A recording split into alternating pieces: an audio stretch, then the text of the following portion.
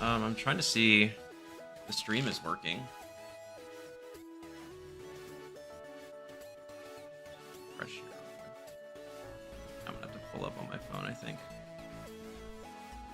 I did connect my key. Okay, there we go.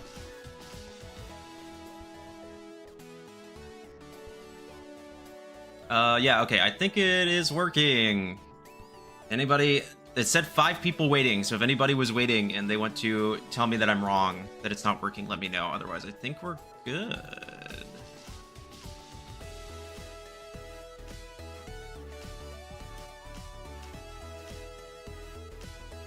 Huh? Oh, you don't have YouTube Premium? Oh. I have YouTube Premium.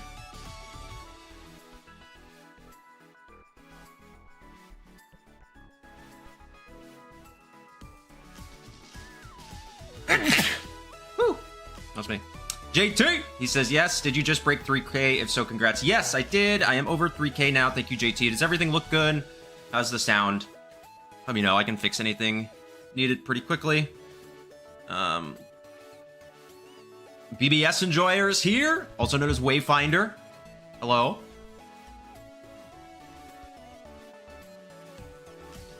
I think that's a video game of some sort.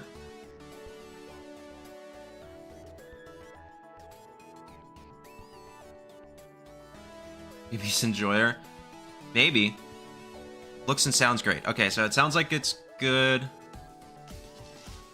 We're gonna start. We couldn't do the whole tournament tonight. I was busy doing some other stuff, i.e. watching The Princess Diaries on VHS with my partner.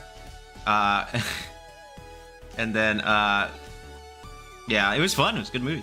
I love that movie. So we're going to do the last round of Swiss and then the top cut.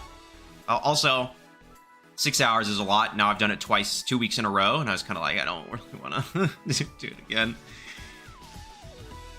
So I actually just subjected myself to ladder and then watched the movie. But I am up. I'm up to... I'm in Master Ball 2. My team feels okay. I need to make some more changes, but... That is okay. Oh, Kingdom Hearts Birth by Sleep. I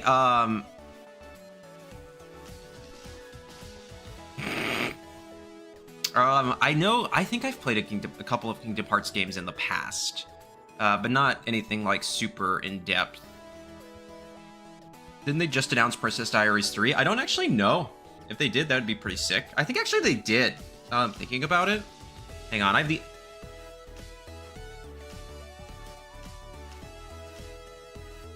We gotta go visit Genovia. Hang on. What's this?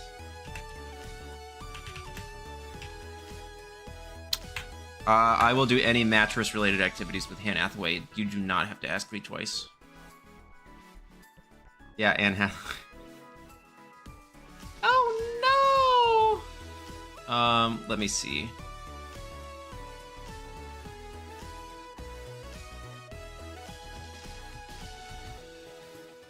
It's picking you up.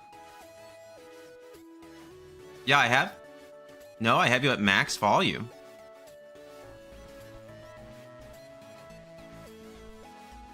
Interesting.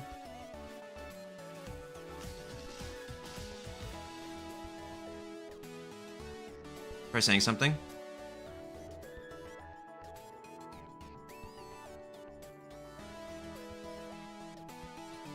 Yeah, it's picking you up, which is interesting.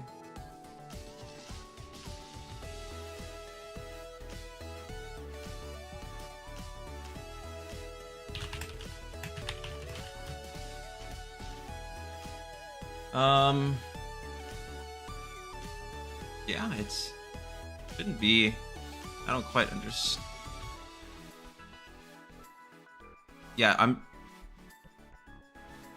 Yeah, I guess I just have you as screen audio. I can make a brand new audio output capture, I guess.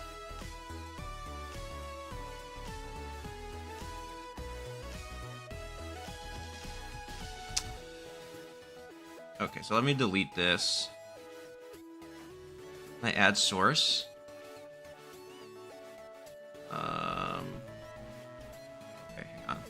I'm just gonna delete it. Add source, audio input capture or output capture? Output capture.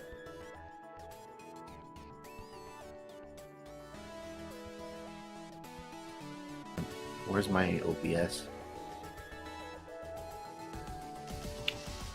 Application audio capture beta. And then you can just capture the audio from Discord, the application. So I go. Do you have that option? Where? Like, it's just a source. So go to add source. Add application source, audio. application audio capture. Yeah. Window. I want. Yeah, here. You can hear me now? Yeah. Okay. Apparently they can hear me now. Let's do it. I just added it. Okay. Cool. All right. So we can all hear Andy. Perfect. Amazing. Beautiful, beautiful. I've done the bare minimum. Yes, there is a Princess Diaries 3 coming. Princess in Love. But unfortunately, they only confirmed Coco for Kingdom Hearts and not the Princess Diaries. Dang, that stinks.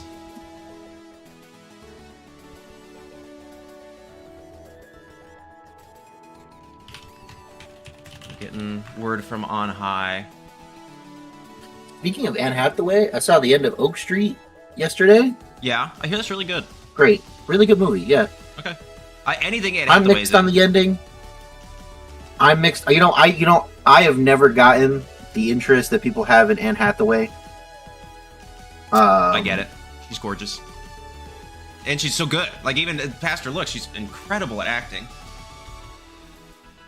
Yeah, I don't know. She's not my type. But in that movie specifically, I get it. Yeah, you just gotta... Eventually, you're just like, oh, it clicks. You know who's not my type? You know who I don't get? Sydney Sweeney. Ooh. I'm gonna say it. I don't get Sydney Sweeney. She's just really conventionally attractive. Yeah, I think it's because I know that she's like a grifter that I don't like her. Yeah, she seems very vapid. I don't know. I don't know her personally. I don't want to make that claim. Yeah. But it's just like, I was like... That's the vibe I get. Yeah, I was just like talking to somebody, a coworker about her. And because we were talking about Zendaya.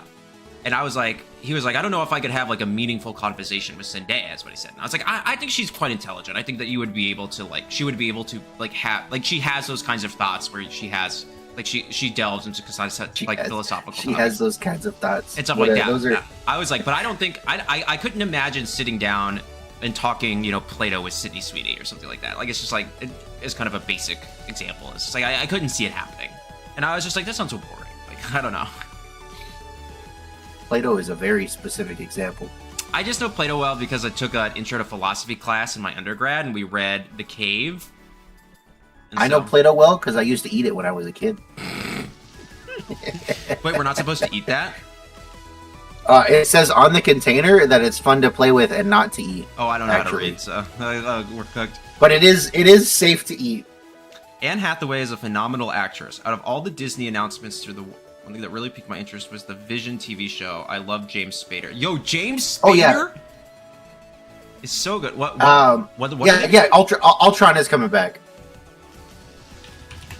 James Spader is Ultron. Ultron's coming back in Vision Quest. Oh, wow. So Agatha All Along is like either the best or the second best Marvel show. Don't at me. Agatha All Along. Yeah. It's like super. Jon-Luke, you probably love it. It's super campy. Okay. It's like literally. What's her name? The person that plays Agatha Harkness. Oh, Catherine Hahn. She's literally just like they just let her like do whatever the fuck she wanted. Like, I love that woman. Her in a Parks and Rec was incredible. Was it Parks and Rec? She was in that or The Office? No, it was Parks and Rec. I think your student's screaming for you down there in the chat. Kingdom Hearts show. Coach Ben, how you doing? How you doing, Coach? How you doing, buddy? Happy to have you. It's Urban. Oh, I didn't make a post. Hold on, let me make a post. Still need to watch Agatha All Along on my watch list. I need to watch the new Spider-Man movie. That's still on my. Oh man, it's so good. I know. I really need to go. It is on the immediate list. She was in WandaVision. Yeah, she was in Step Brothers. I remember that. Yeah, WandaVision's like really good, but at the end you can feel that Marvel is like, yeah, you need a big fight at the end. Agatha All Along does not feel like that. Yeah. I watched a good chunk of WandaVision. I don't think I ever quite finished it. Yeah, I know. The new Spider-Man, I keep hearing really good things. I gotta go. I gotta just like go on. I'm gonna go one of these weeknights and just like watch it. Just like by myself. I love going to the movies by myself. Leah has like little to no interest in going, so I'm just gonna do it. Maybe I'll see if Storm wants to go. I can see if Storm wants to come down and we can go see the Spider-Man movie. I go alone a lot, but I usually try to convince my friend Colton or somebody else to go with me. You're amazing. Thank you. Bye. Have fun. Oh, it smells so good. We made so we participate in the CSA, which is community shared agriculture. So we like basically what that is like you buy produce from a farm, but you don't like know what you're gonna get. They just like give you a bag each week, and then you get what you get is what you get. And so they gave us like a whole zucchini. So we like we baked the zucchini with a little olive oil, some salt, some pepper, a little cheese, some breadcrumbs, and I'm very excited to consume. Zucchini's real good grilled. Yeah, it is. It is very good. Movie by yourself is goated. Absolutely, dude. Going to the movies by yourselves is the best because you don't need permission for anything. I get to pick my favorite seat. I get to pick. Okay, Andy, question: best place to sit in a movie theater? I think there is a concrete answer to this, but I want to hear your thoughts. I mean, I like to sit somewhere in the middle. Somewhere in the middle? Maybe like the front middle, but like not too close to the screen. Yeah. Okay. I am solely a last row middle. I want to be as far back as possible. How big are the movie screens where you are? Because I feel like if I'm too far back, the screen is too small. I've never had that problem. They're quite large, I would say. Well, I mean, I live in a pretty big city, I guess, so maybe there's just like more seats in the movie theater. I don't know, but maybe. all the theaters around here have recliner seats. So like, oh yeah, especially if I'm going to be reclining, yeah, it's better to sit like towards the middle because you're like reclining. Very front row, so the entire screen is distorted and your neck hurts at the end. I had to do that for Black Panther. When I went and saw Black Panther in theaters with Chadwick Boseman. Rest in peace. Boaz, rip, I know. We got, like, one of our friends made us get there late. And so we had to sit in the, like, very front row. And I was, like, legitimately thinking about going back and watching it again in an acceptable seat. Because I was so upset about the weird angle at which we had to watch that film. Last row middle is peak seating. See? They get it. Because there's no one behind you. I think it depends on the movie theater that you're in. If you're going to see something in like, I don't know, like IMAX, XD, on like a gigantic screen, yeah, absolutely sit in the back row. But if you're going to see like The Secret movie and A24 movie on the tiniest screen at your movie theater, it's better to sit in the middle. If you sit in the back, you might as well like watch the movie on your TV at home.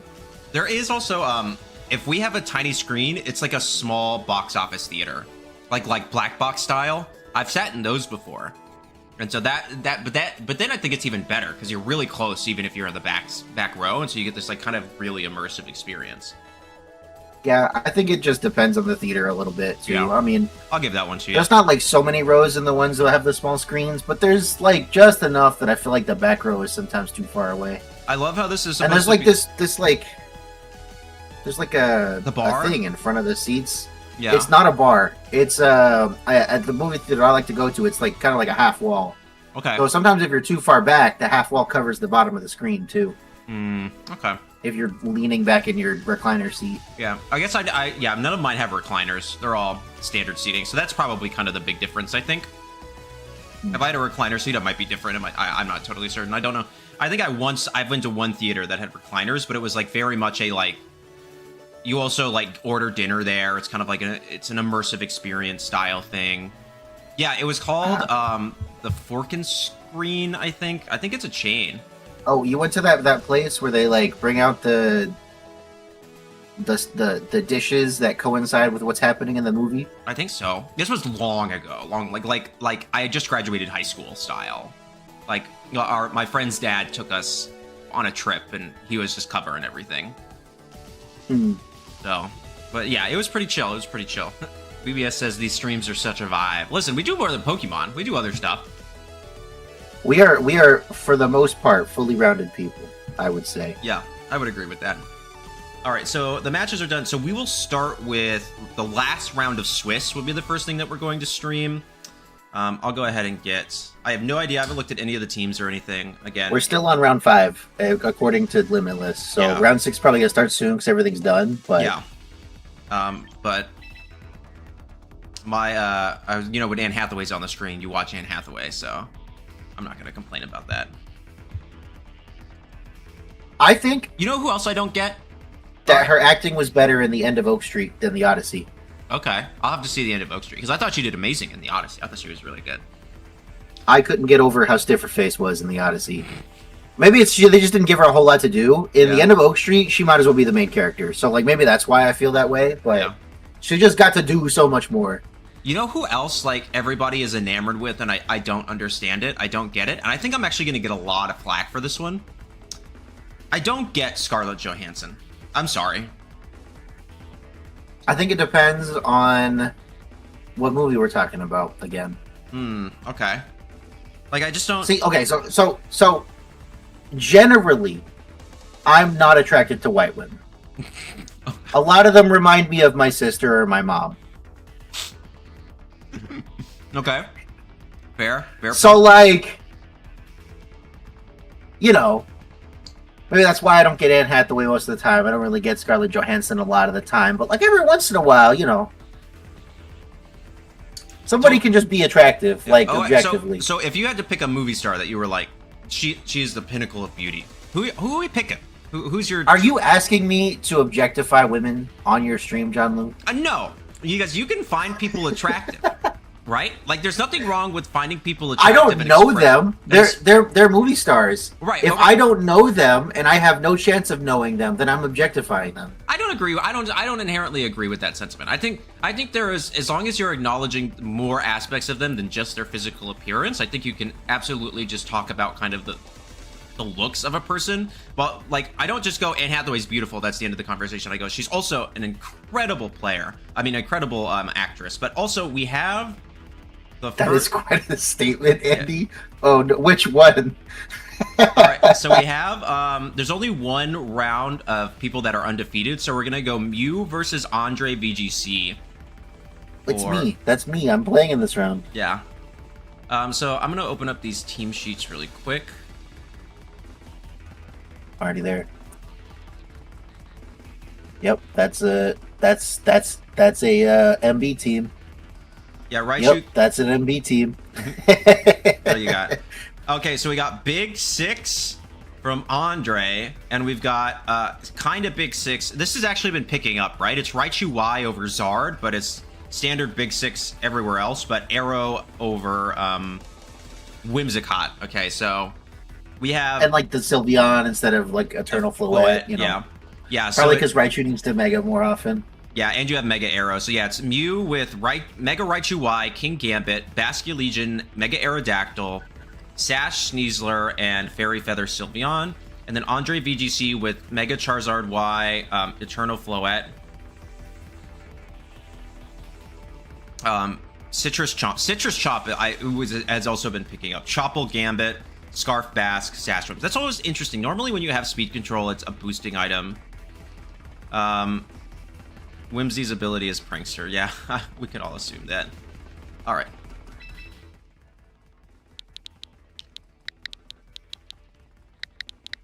We'll do this. I don't know. It says chlorophyll. Yeah. So they were just informed in the chat. So all is well. Okay.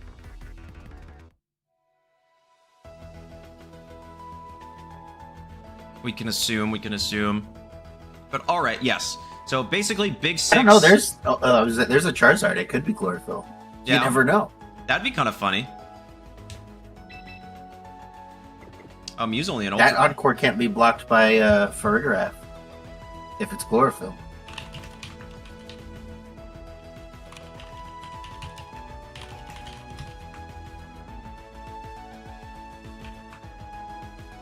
Sorry, they were like, "Who's this other guy?"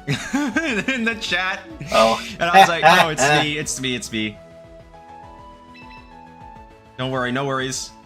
They said, "Who the heck is JL?" To be fair, that's kind of valid because you just see another person walk in and you're like, "Are you like spying for the other guy? Like, what's up with this?" Yeah, so yeah. I don't blame him one bit, honestly. Okay, so we've got Andre with standard Big Six, and then Michael Raichu Y over from. I'm gonna tell him good luck. This is gonna be I think it's gonna be good. They're both undefeated. It's either gonna be a slugfest or it's gonna be like a chess match with kind of no in between. This is they're the only two remaining undefeated players in the tournament. Mm-hmm. So kind of interesting. Aerodactyl's looking like pretty darn good here into some of this team. Yeah, I'm just curious. About half of it, I would say. Oh, I've made a grave error. That's okay. I'm just kind of curious here. The Floette is what? Timid. Okay, so if you want to KO the Aerodactyl with the Floette, like Whimsicott Floette, you need to go to Light of Ruin. I don't think a Timid Moonblast picks up Arrow, especially if they Mega. So it'll be kind of interesting to see exactly what they do. But I do anticipate to see Andre lead. I think that like a Whimsicott lead on Andre's side is really good. Just to threaten a lot of stuff. Yeah. If they click Fake Out, or you could even like switch something into like Whimsicott. I think it would also be really solid. So I'm kind of interested to see how they traverse this.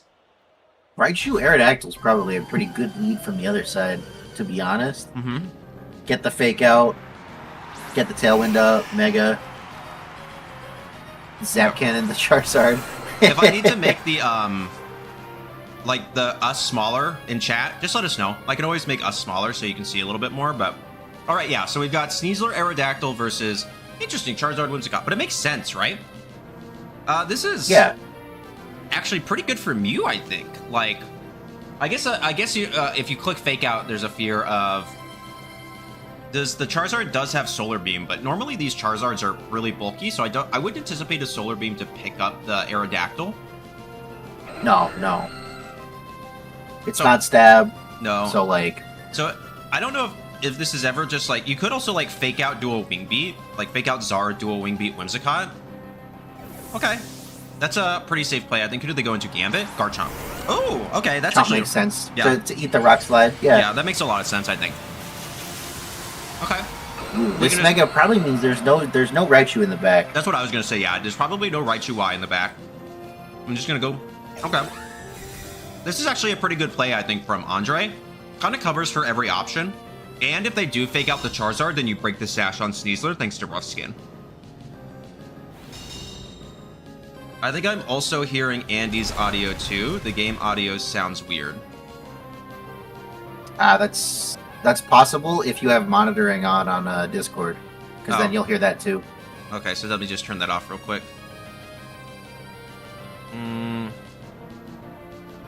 So I need advanced properties, I think. Well, no, it'd be in the Discord settings. Oh, just go to Discord. Oh, no, because if you're not monitoring it, then... No, yeah, because OBS, yeah. So, however you're showing it to me in Discord, it's playing the audio there, too. Oh, okay, so how do I turn that off? Do you have this stream open on your thing? Yeah. Okay, hold on. It should be... I think I can just go to stream settings. What? More options. Yeah, it's going to be like somewhere in the stream settings, probably. I don't need the audio. If you have to stop sharing it, it's okay. Oh, yeah, because you can just see the stream, right?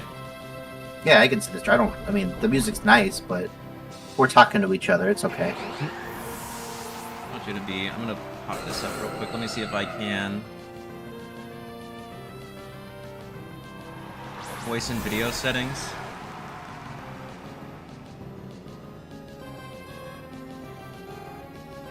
So I think what happened was there was a Tailwind and an Earthquake and a dual Wing Beat into the Whimsicott.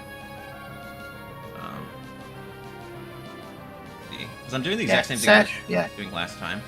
All right, we'll see. Well, except you added my voice as a yeah, true application capture. How's it sound now? Chat, how's it sound now? Okay. It's like the game is echoing still. Well, wait a second, because there's usually a little bit of delay, you know, internet.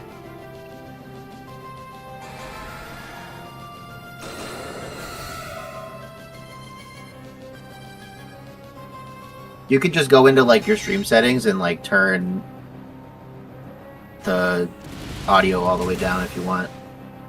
Oh, that's true. Like there is still OBS? echo. No, in Discord, the settings for your stream, you should be able to... Oh, just turn the audio down? Yeah, just don't share the audio from your camera, because I have the audio from your audio. I'll still be able to hear you, just not the game. Oh, share stream audio. There we go. Alright, I can't hear the game anymore, so I assume that you guys shouldn't be able to hear an echo. Alright, how's that sound? How's that sound? Alright, now back to the game. Where are we at? Whimsicott's down, that makes a lot of sense. Gambit's... Yeah, there was an EQ dual wing beat, and Whimsicott set up Tailwind. And then this last turn, Bass came in, and I believe it just took out Sneasler. Or maybe it protected. Does it have... Yeah, it might have just been Protect Earthquake again.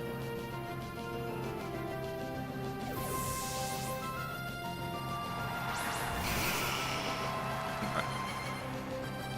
Rock Slide. Oh. Well, there goes Charizard. Yeah, that was a rough switch. It's still there, huh? Wow. I don't know, then.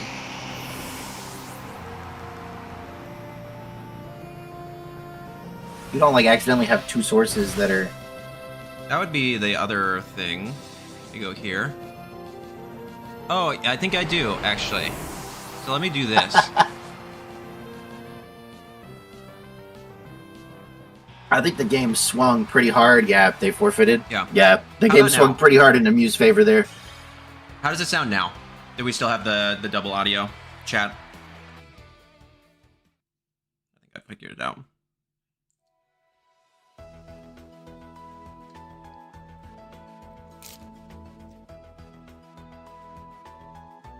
Watch only has 10% battery remaining. It's gonna die. Okay. Bingo! We figured it out. Okay. Game 2. Let's actually pay attention.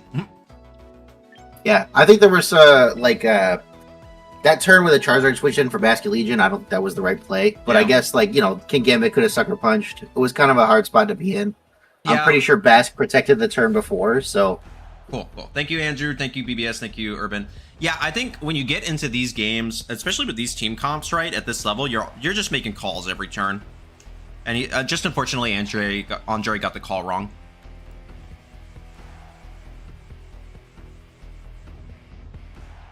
So let's see. How does he adjust? Well, the Sneasler, do we think that he leads Gambit? It is, Chopple Gambit on Andre's side. So I would assume that means that he probably doesn't live CC plus Rock Slide, but he could in theory, depending on the defensive investment. Yeah, it is. I mean, it's Chopple, right? But yeah, the Sneasler's probably max attack. Okay, I don't hate this lead, actually. It's jolly. This pretty much guarantees a knockout on the Aerodactyl if you don't get Rock Slide flinched, right? Or no, because King Gambit's still there. Yeah. So it will depend on, and then the, yeah, because the Gambit on... Very interesting. 3-attack Life Orb King Gambit is not something we often see. Normally it's 2 Dark-type attacks plus Swords Dance. So I'm kind of interested to see how they kind of tackle this. But yeah, I mean, there's no way Bask lives this Sucker Punch. But you could just... like, Aqua Jet Rock Slide might get there. It depends on how it's trained, obviously. But it might get... I see a world where that could happen. Or we could even maybe just not say, with Citrus Chomp.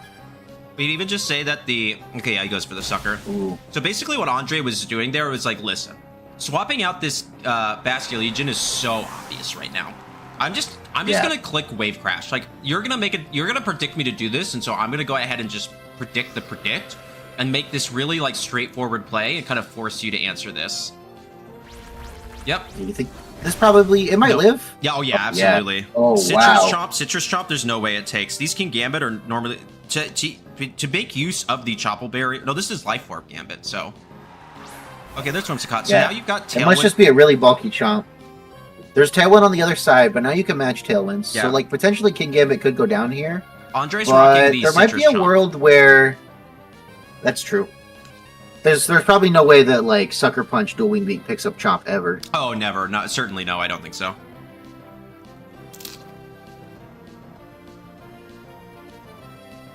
No, hey, we have like probably a few hours of stream left. If it was double audio the whole time, that would be bad. Thank you for telling us. Yeah, you're good, BBS Enjoy. I appreciate it.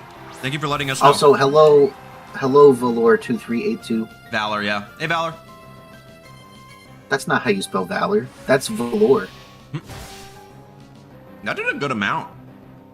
Yeah, that was a lot. Yeah. I guess it is Life Orb. Half into a Sash Whims makes sense, and there's the Stomping. This one should pick up, yeah. For sure. Is it double... Okay, yeah, so it's Dragon Claw, Stomping, Rock Slide, Protect. No EQ on this Garchomp, which is kind of interesting. Still a pretty good spot for both people. I mean, as long as if Andre can get a call or two right, I think they're still totally in this game. And the Sylveon got in, like, super free. Mm-hmm. Hello, Haze. So let's see. So now Aerodactyl. Does this Aerodactyl have... It has the Wing Beat. Yeah, but it does not have Ice Fang. That's normally the thing that you want to watch out for with these Chomps, but I would anticipate that this Chomp is able to actually survive a Hyper Voice. He eats a Hyper Voice? Oh, for sure. They're going to be... I mean, but Dual Wing Beat Hyper Beam is an option. Yeah, but then... If you just pick up 2 KOs this turn, you're in a pretty good spot. But if you click Tailwind, you're still going to take damage on something. I'm not going to be surprised to see a Rock Slide here and just kind of fish for a flinch, personally. Yeah, that's fair. Hyper Voice will pick up Whimsicott if there's no flinch from this Garchomp, which has Rock Slide. There's the flinch, yep. There's the flinch. Hmm. Wow. Really offensive Sylveon. Modest. Modest. Fairy Feather. Yeah. Must just be max special attack. Yeah, a lot of people do run, will just run like max HP, max special attack. Wow, okay. That's okay. Dang, the match is over. Hmm.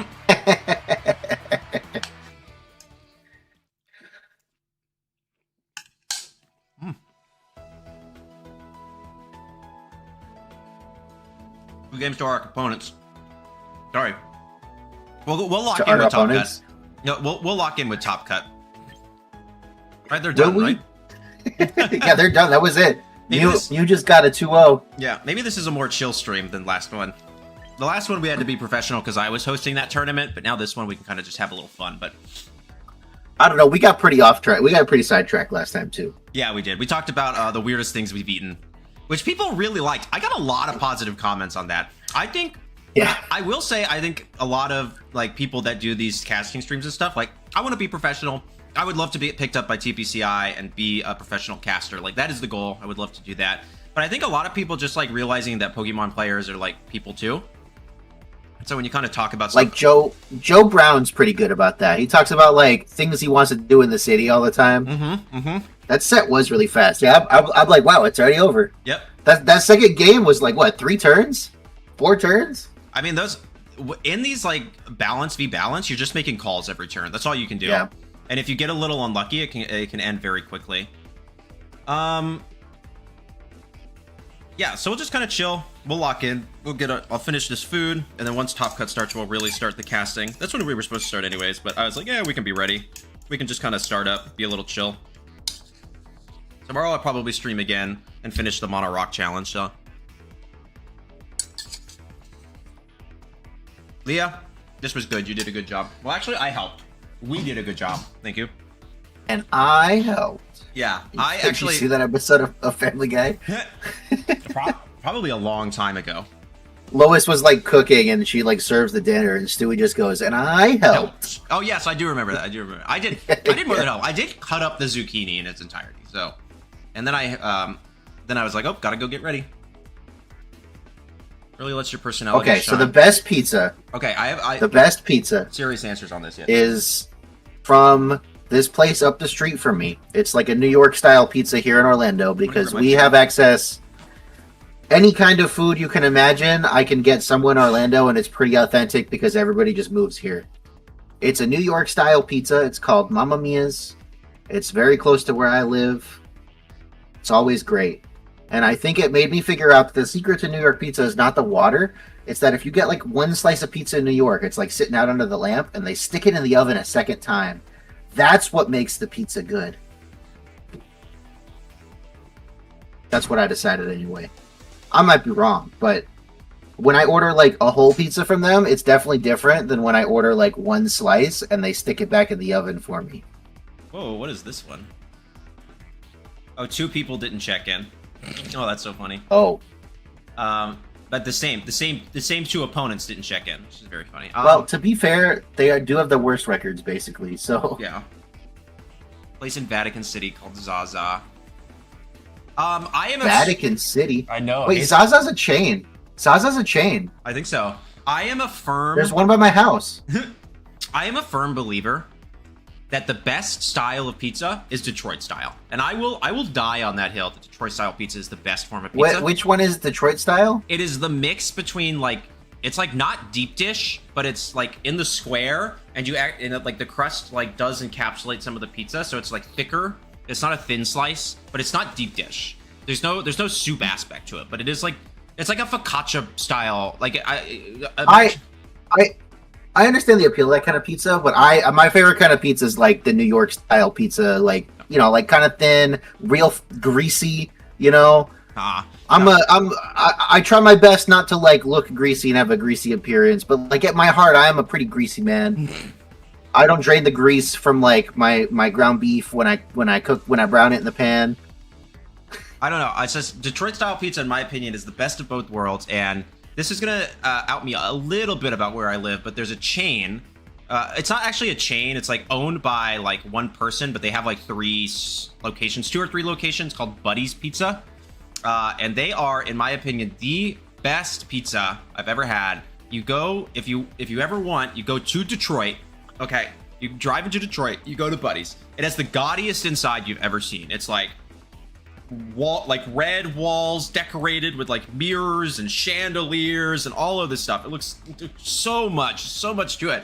But you get in there, you get the pizza, and it's just like perfectly crispy. Like you get the softness of the middle because the sauce and the cheese have kind of melted into the dough, but you get the crunchy outside of the crust. My favorite, there's a chain here. Like if I want chain pizza, I go to Jets. I get Jets pizza. That's where I go. But yeah, overall Detroit style pizza is the best form of pizza. I'm so happy I joined, and there's already food talk going on. Hello, Mr. Steelix, your girl. You put peanut butter on your pizza too, Mr. Steelix, your girl? Yeah, right? But yes, Detroit style pizza, in my opinion, is the superior form of pizza, and I don't think it's even close. I've had authentic New York slices. They just don't compare. They just don't compare. I just prefer the it's not like thin. It's like thin, but it's not like thin. I don't know how to explain what I make it. It's like a thin pizza, but when you're eating it, it doesn't feel like a thin pizza. Right. You pick up this like gigantic slice and you fold it in half. Yeah. It's an experience. Yeah. That's also a controversial topic. Like, do you fold the pizza? Do you fold the pizza in half? Objectively, if it's like a New York slice of pizza, you have to fold it. Otherwise, the end's gonna droop, and nobody wants that. Okay, so my question nobody wants a flaccid pizza slice. That's fair. You want it? We got to go the Dave Portnoy style. No give or whatever he says. But my question here is Costco pizza, yay or nay? Fine. I don't know if I've had Costco pizza, but I imagine it's very similar to Sam's Club pizza, which I have had, which is fine. Yeah, it's like. But I also unironically enjoy Little Caesars. So like.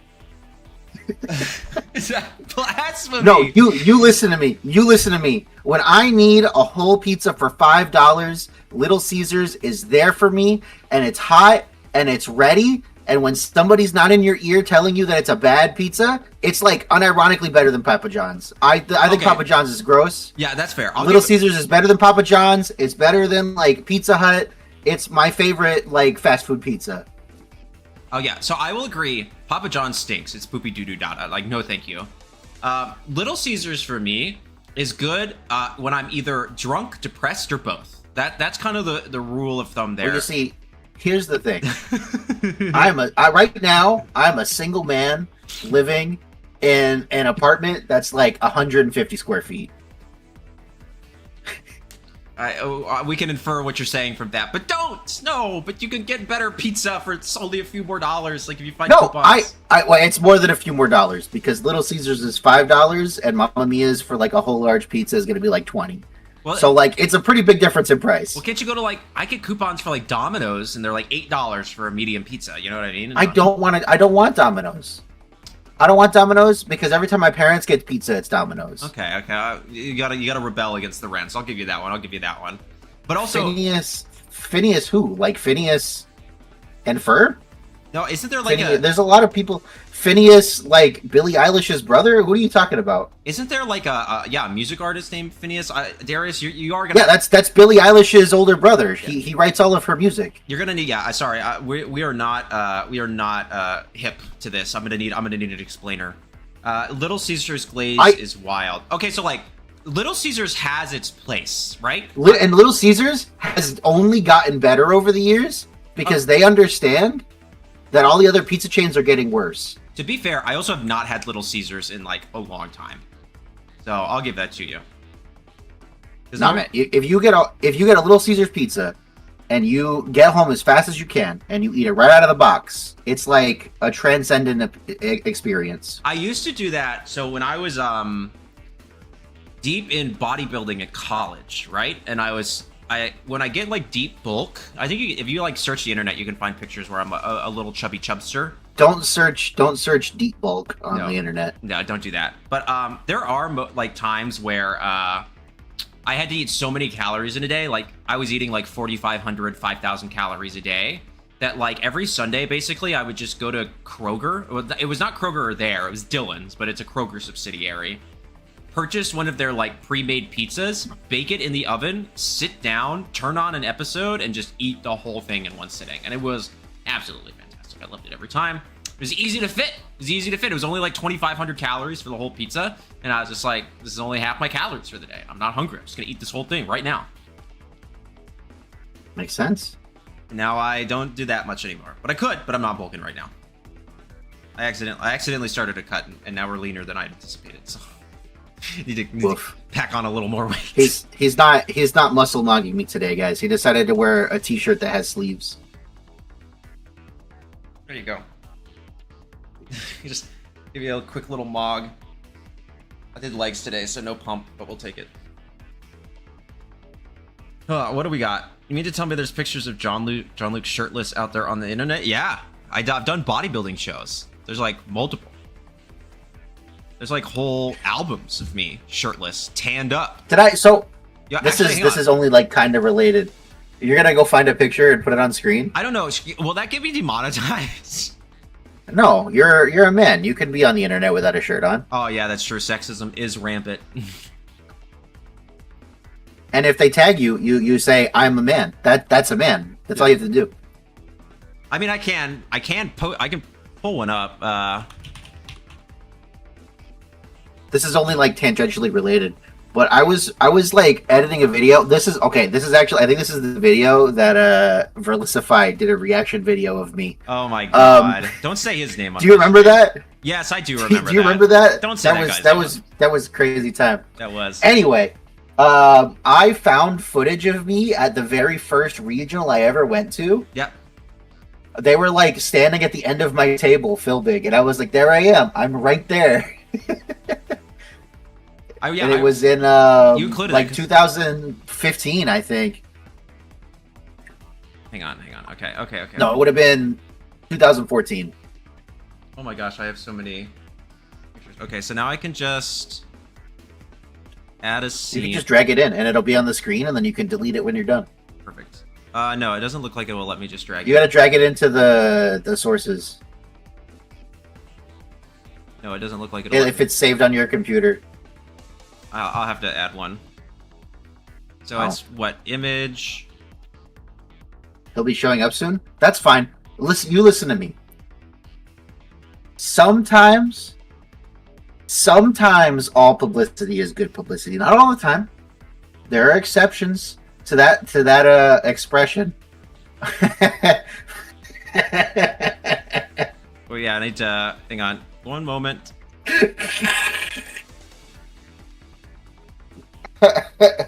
There we go. I wasn't ready. There you go. There it is.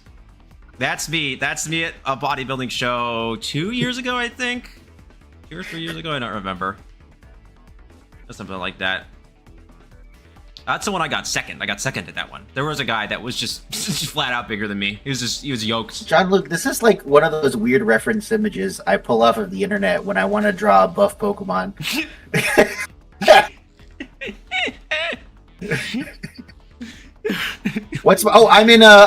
I'm in Paris, France. Yeah, it's in Paris today. Je m'appelle Jon-Luke et comment ça va? Andy's in Paris. Come on, where's the speed? No Speedo. I did men's physique. And so you get to wear board. So jump scared. Yeah, me too. I don't remember what I was talking about when that image came on the screen. I said I was getting it. I said I was finding one. I know, but I wasn't ready. I wasn't mentally prepared. No, you gotta bring it in. But yes, I wasn't mentally prepared to see you on the screen with no facial hair. Yeah, that's true. Yeah, I have the mustache there. No facial hair, short hair, buff. True. That's not Jon-Luke. That's Jonathan Lucathan. Jonathan Lucas. I've had students call me that before. You can even tell. There's my little tattoo right there. The Pokemon's. Is this real? You're saying swiftly. It's been on the screen for like at least 2 minutes now. Yeah, you could. And this is gonna be a VOD. You can find it later. It's okay. I'm not taking it away. But yeah, number 81. There's all my tattoos. You can see it's me. Okay. Ned Flanders VGC.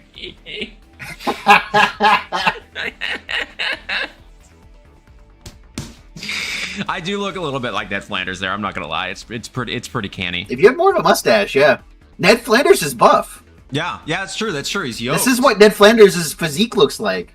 That's true. Yeah, we've seen that. And then didn't we see that in like the House of Horrors episodes of The Simpsons? I think too. I don't remember. Well, yes, but it's like canon in one of the normal episodes. It's one of the many things that Homer Simpson doesn't like about Ned Flanders. Yeah, that he's yoked to the gills. Yeah. Imagine if Greg was here. Listen. We're not going to make fun of Greg. I'm sorry, but like Greg, obviously, I talked to somebody related to Greg. Greg was having some mental health issues, stuff like that. I don't particularly want to make fun of them. They are a human being who is struggling, kind of yada, yada, yada. We know that gist, so. But yes. Yeah, Jonathan Lucas. Many people have called me Jonathan Lucas. Who the F is that guy? Yes, yeah, when he's gardening. I see it. Yeah, with the mustache. Okay, but his hair is more slicked back. Mine's like parted to the side. Okay? Yeah, but he's a cartoon character. If you had like a big, thick mustache, like if we put a mustache on your face, you would look pretty much like Ned Flanders. Yeah, I'm not going to disagree with that one.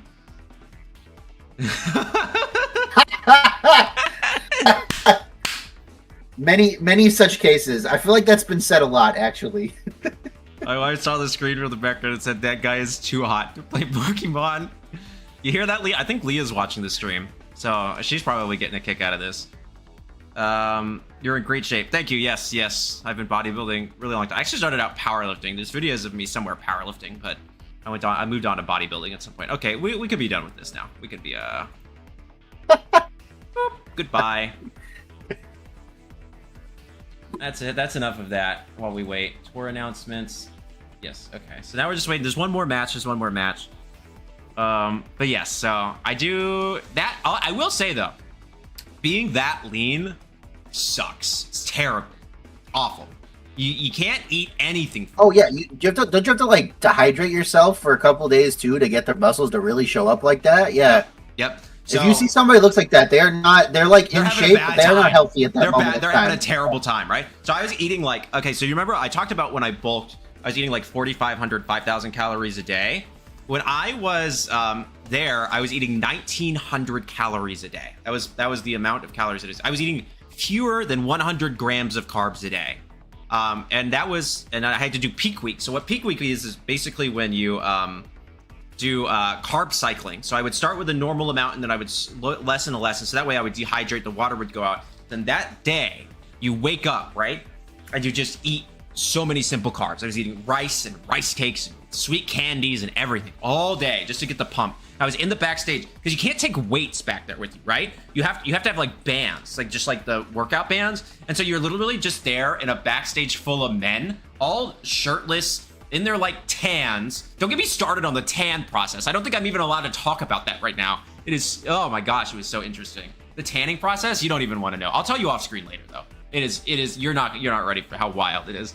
But it's like, you're just there with a bunch of tanned up, shirtless men, just like using your little bands to like do bicep curls and stuff. It's just so funny. Why'd you stop? I haven't stopped. I still bodybuild. I'm not gonna take my shirt off right now, but yes, I still participate in bodybuilding. I just don't compete very often because of how constringent it is. Just how like I couldn't eat. Like I remember, like I had actually just started dating Leah, and we went to go eat with her parents, and I couldn't eat the food that they made. I had to bring my own food in Tupperware. Yeah. And like eat the Tupperware food while they ate the food, that because you can't when you're that deep in, you can't get off track. That's so sad. Okay. Yeah. Do you know who Eddie Burback is? Yes. I know that name for sure. He's the guy who went to every Rainforest Cafe. Okay, yeah, I know Eddie Burback. His most recent video is him trying to put himself on the same diet, on like the like Neanderthal diet, the same diet as our Secretary of Health. Oh my god, okay, yeah. Just to like make fun of it, but he has footage in that it's like I get secondhand embarrassment.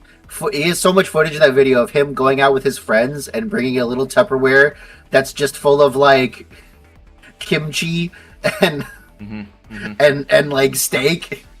Yep. But like unseasoned steak. I remember one time I was like prepping. This is like really funny actually, and I went to IHOP with some friends, and I had actually like really finagled like getting the calories in for that meal, and I ordered grits. I do like grits quite a bit actually, but I had ordered them as the side for my meal, and I was like, hey, no butter or anything, and so you need sauces and like toppings that have no calories. So I pull out my own cinnamon in the middle of this IHOP just so I can put the cinnamon on the grits and like enjoy my meal in some meaningful way. And that's like what you gotta do. That's what you do when you're doing this kind of stuff. And that's why I don't do it very much anymore now. I want to eat the zucchini that we made for fun. You know what I mean? It's just like, yeah, just doing that. So it's like I might do more bodybuilding. I still bodybuild. I still like probably look better than most people on this planet for sure. But it's going that hard into the paint. It's just like, it's all a matter of taste. Yeah, that's all it is. It's like it doesn't matter. And also like, when you spend as much time with your shirt on as I do, who cares? Like, that's kind of my thing. It's like, I just don't... When am I taking my shirt off? It's like never... What do we got? 11 out of 12 matches. Okay, the Pokemon Company's never gonna, like, sponsor me now, so that's okay, we're done. They might. It could get... You know what?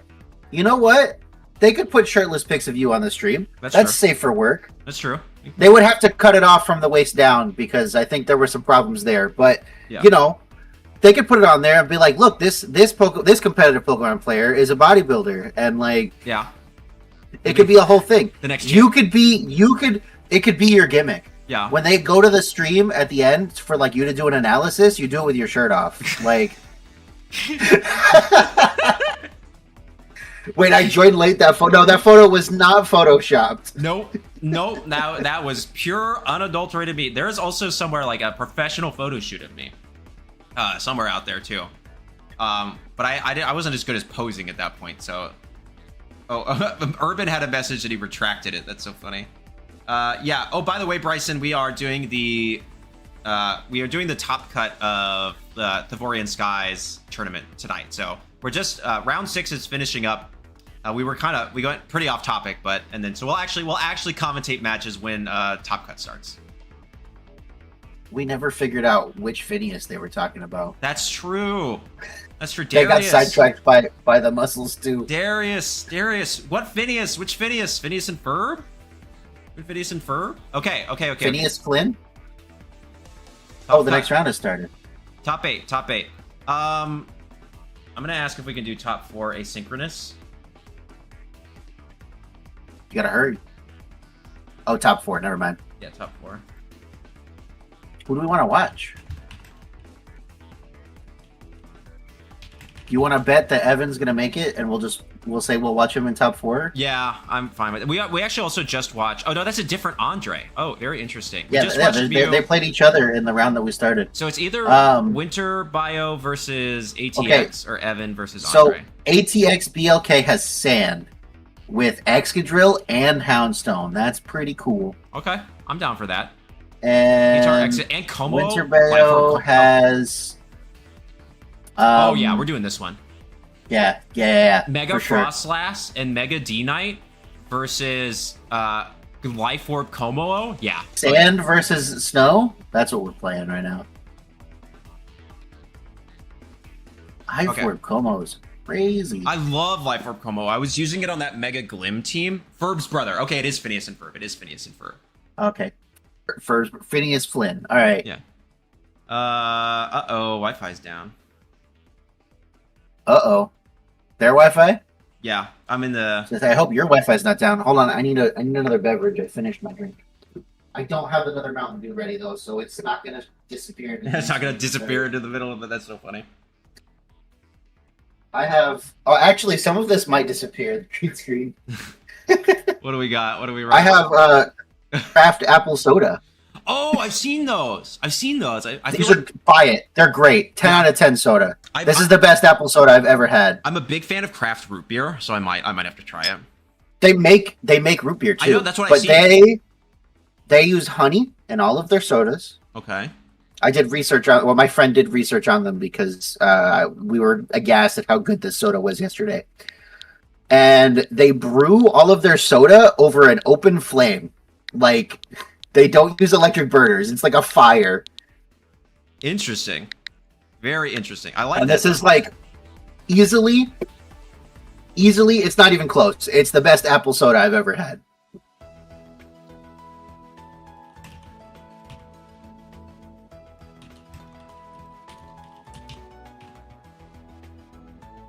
I had to message and I said, I'm the stream guy.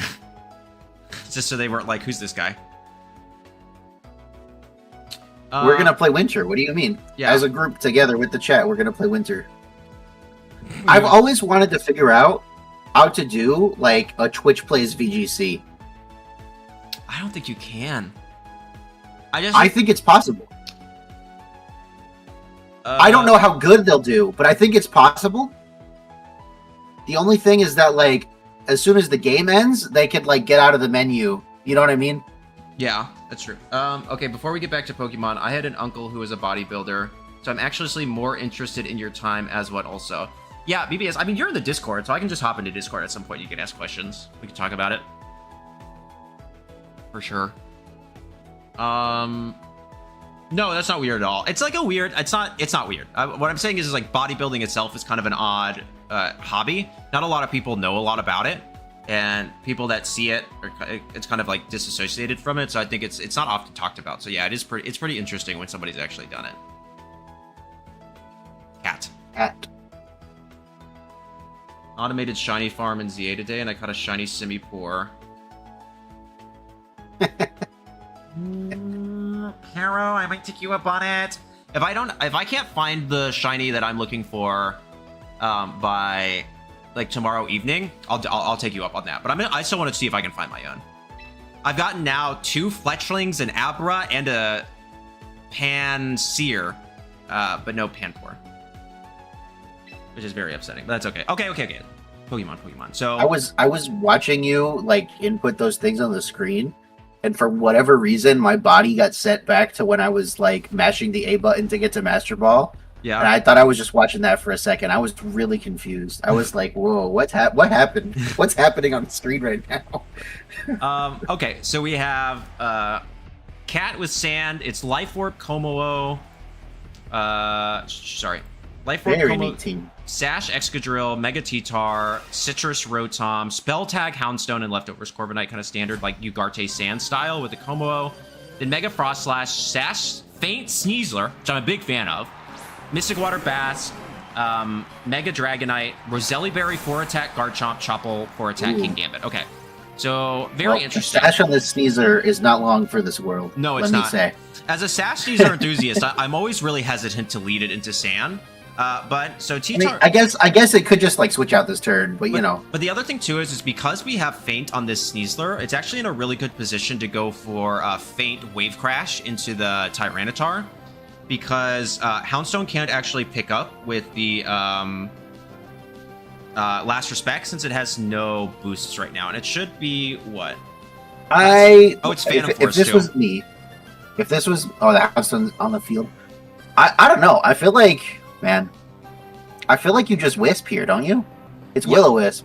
Yeah, but I mean, I think T-Tar either has to swap or protect. Yep, there it is. So even if you Wisp, like, it's going to deal enough damage that an Aqua Jet will pick up the following turn. Okay. No Fate though. It is just a close combat into that slot. Phantom Force into the I don't. And it's spell tag, so. Yeah, I'm also a little curious why no Feint. I feel like personally a Feint couldn't really get punished there. And now that I don't know if the Phantom Force will actually pick up. It is adamant spell tag Houndstone, but it's probably bulky Basket Legion if it has Mystic Water. Is it? So yeah, that's gonna swap. But yeah, I think the Feint Wave Crash was always pretty safe, especially if they like swapped into Excadrill or something. So gonna go ahead and swap out the Basket Legion into King Gambit. A really solid play there. This close combat to the Rotom is still gonna do a good chunk of damage. It is bulky Citrus, but I would anticipate it to do like 60% to this Rotom, would be my guess. I'm so good at this game. Yeah, Leah just texted me saying that your bottle gets sunk into the screen. Yes, we know, Leah. That's the funny part. Okay, so I don't know if a Last Respects will pick up the Sneasler at -1 defense, but... No, not without any KOs. Yeah. Definitely not. And then the Gambit on this team is Choppel, so I don't actually know if it'll pick up the... Yeah, there's the Will-O-Wisp to kind of get around the... Oh, man. I thought the Wisp was going into Gambit. That's a choice. They probably were anticipating a Sucker Punch from the Gambit, so they were using the Wisp to get around that. Going for the Dire Claw, I actually like that. Maybe calling the Wisp and fishing for a... Oh, double Oh, Wisp. the Rotom's got Wisp. We're double Okay, all right. today. Now I'm up to speed. I didn't realize the Rotom was going to Wisp, too. Yeah, so now this thing definitely lives. Oh, yeah. Oh, that still does a lot. Wow, for an unboosted... But this one's not... It's not fluffy. It's Hand Rush, so... Okay, so pretty interesting here, but I would anticipate that a close combat into the Rotom will pick it up. You can't really get too punished with that. Yeah, I'm still kind of taken aback why Winter just didn't go for the Feint CC play turn 1. I feel like that was, like, really safe. Yeah, I feel like Wave Crash into Houndstone, like, never makes sense. So I don't know why that was the play. Yeah, I'm just, like, I'm trying to think about the thought process there, but... Unless you think Excadrill's coming in or something. Yeah, okay, so is this just a CC into the Rotom? I would hope so. I don't know if the Dire Claw will pick up. Yep, so there's the close combat. Really safe play. KO. Basically covers anything that but it's not. comes in, because we can assume that it's Excadrill in the back. That's my personal theory here.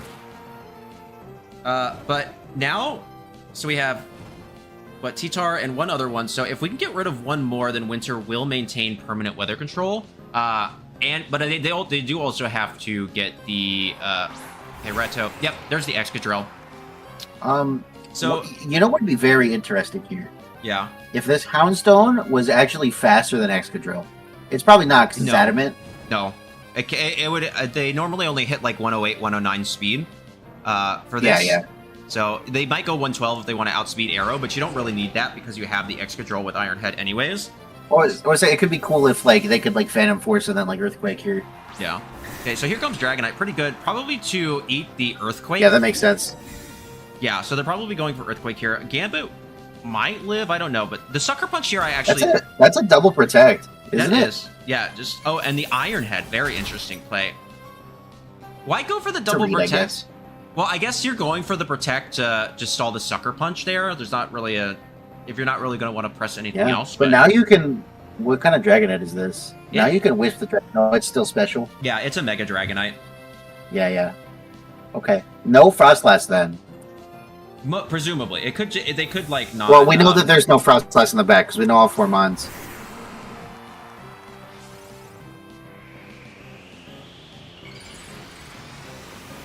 Let's see. Yeah, we go Mega D-Knight. I would anticipate it... Mega D-Knight is very bulky. I would anticipate it to always live a Rock Slide here, but they do go ahead and just swap out into the... This is not taking it down. Nope, not even close. It did a lot, though. And there's the Heat Wave.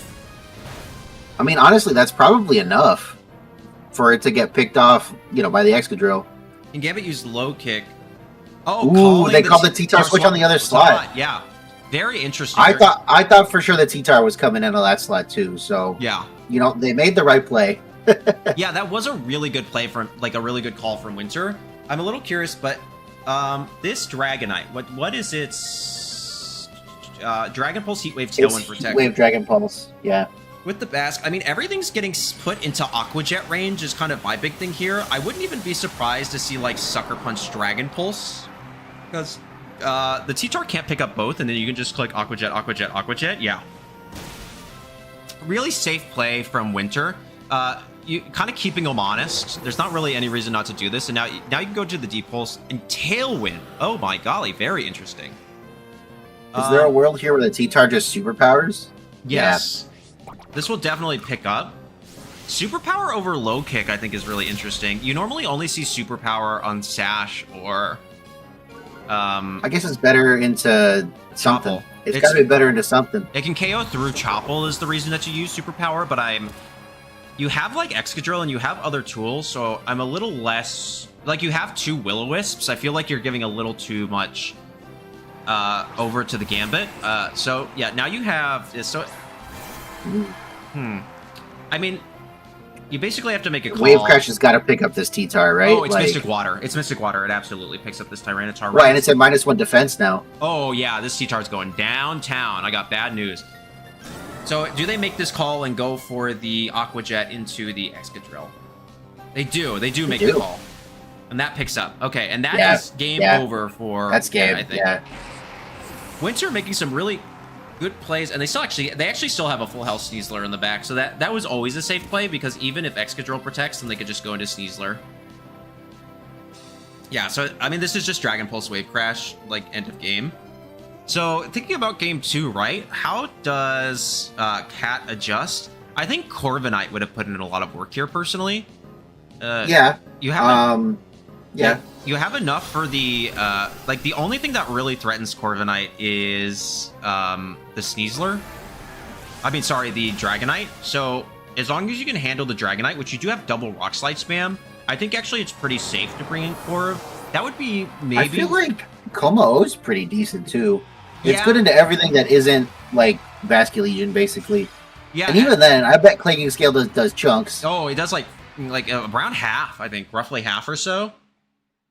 But I feel like you have to get Tailwind up for Como, and maybe that's where they're like, you know, I don't want to have to bring Corv and Como. The other nice thing about Como is that I think if they're modest, Life Orb, Aura Sphere can KO through Chopple. Mm-hmm. Which, again, makes me really question the superpower on Tyranitar, personally. I think low kicks, like just suffices. So, I still think that Sneasler... I think that maybe we might see Winter go for something a little more aggressive turn 1. I could see the same lead. I think that lead is actually pretty good. But maybe they just rip the Feint Wave Crash into a slot. Even, like, I don't know if Feint Aqua Jet would pick up an Excadrill. That would be kind of my question. But we might also see... yeah, I think it depends.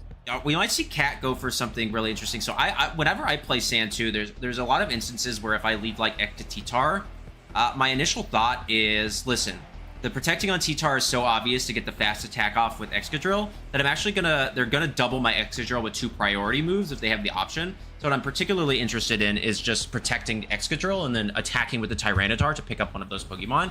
I'm curious to see if maybe that's where Cat will go with this. Hello? I'm blurry.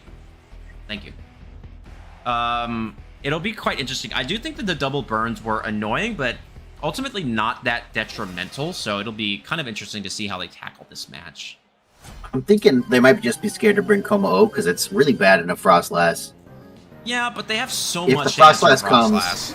Like, yeah, but you know. Sneasler Dragon. Okay, this is pretty fair, Same lead. Well, same lead on one side, slightly different lead on the other side. I'm wondering if this is ever just, Sneasler does not have Protect. Okay, so there goes that. Who did they swap into? Rotom? Alan Poe. That's the Corviknight. Corviknight. Okay, that's a really good bring here. I'm worried if they go for a Heat Wave, but I guess in this position you're not really thinking that Dragonite's going to Yeah, it'd be weird to Heat Wave there. Unless they're predicting this swap, but like, yeah, CC. And the Will-O-Wisp misses. Ooh. That is actually pretty bad. Oh, that does a lot. Was that a Okay. crit? Yes, it was. Okay. I was like, I feel like that has to be a crit. And that was the Tailwind. I just didn't have faith in Houndstone there. I was like, nah, it just takes that much. I mean, come on, it's resisted. These Houndstones are I normally mean, yeah, like but max HP.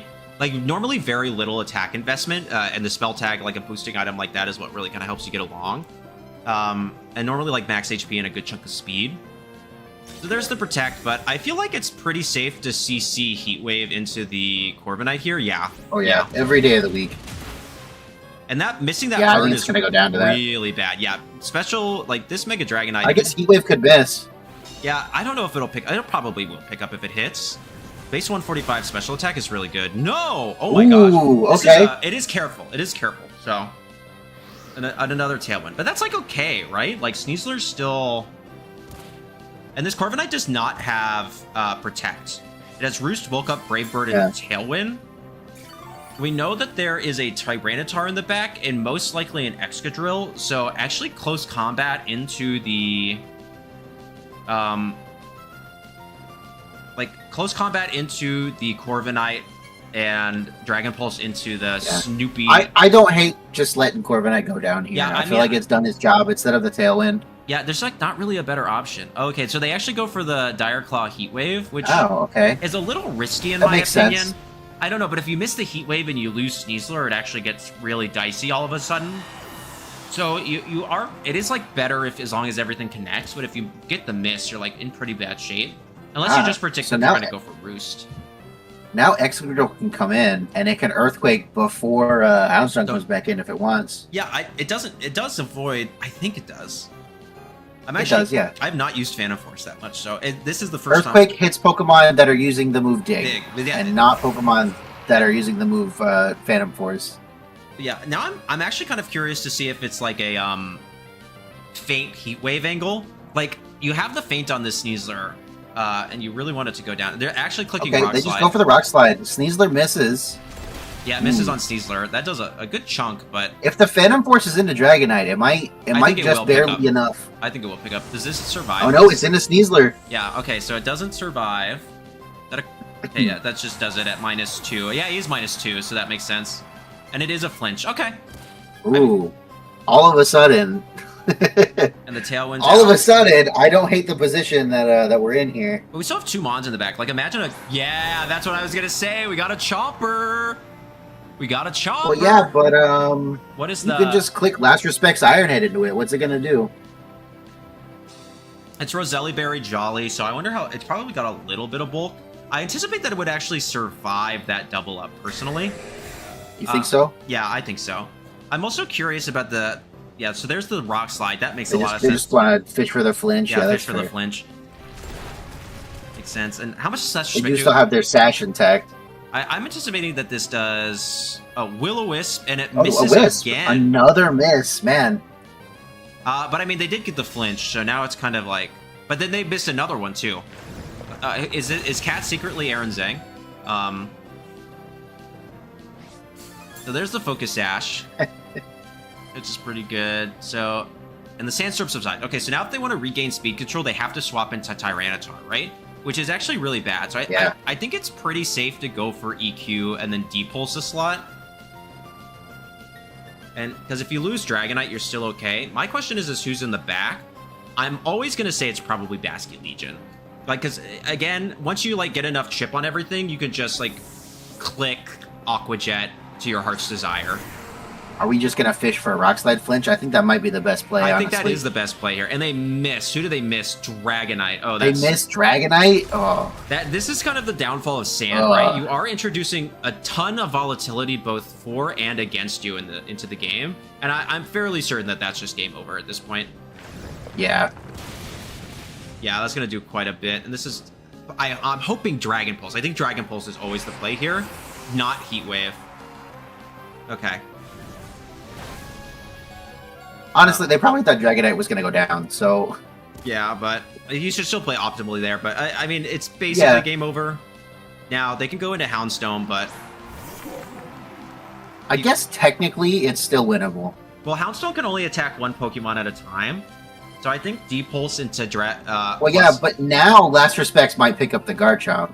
yeah, but then you just go into Basculegion. And Mega T-Tar could... Well, yeah, but the sand is up, so Houndstone's Last Respects will go before Basculegion moves. But you could just Aqua Jet Houndstone.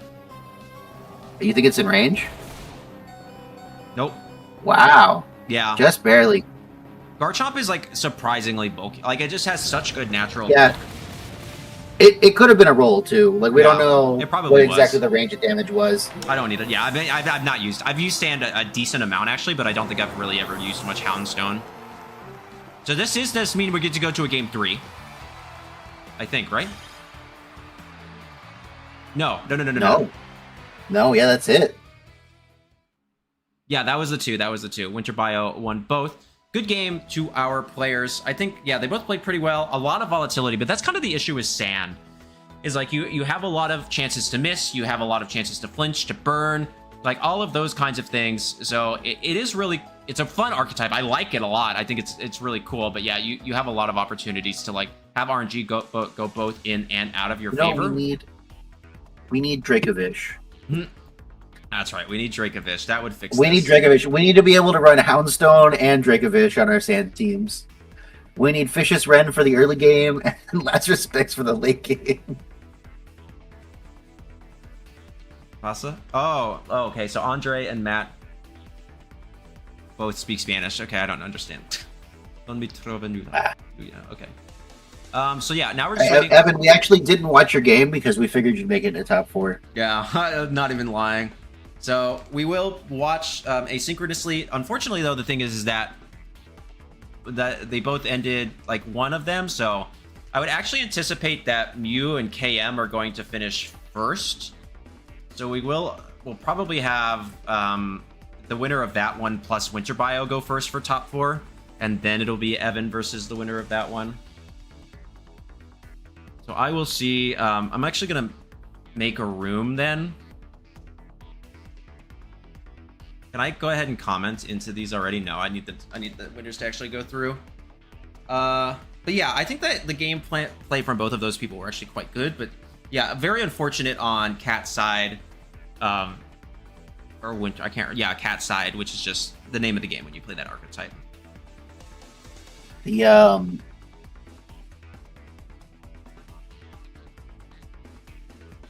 What's up, Andy? Oh, I'm sorry. I was looking at one of the games. Andre versus Matt. It's like almost a perfect mirror. It's the same 6 mods, and like 4 of them have exactly the same movesets. Yeah, I saw they were talking about that in the chat, in their like personal chat. I've been given too much power. What's y'all's music taste? What do we like? I got a little bit of everything on my playlist, to be honest.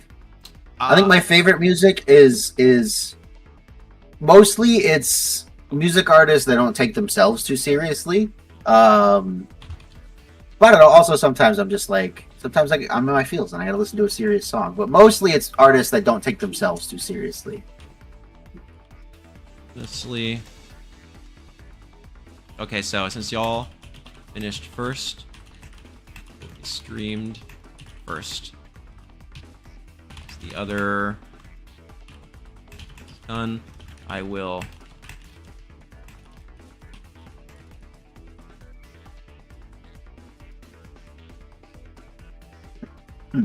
so I'm gonna miss this. Sorry, now I have to do like actual stuff.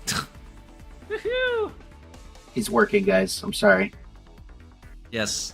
I told him to not bring his work home, but he didn't listen. No, he always gets so mad when I bring my work.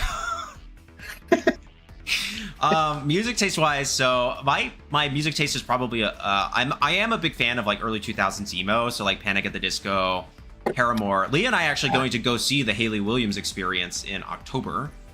I think is when we're going, so that will be really fun.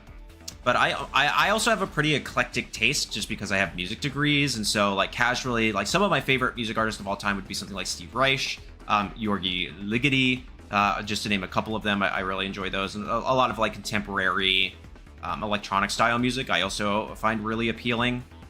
Kind of the like art style, like, you know, the beeps and the boops. I like a lot.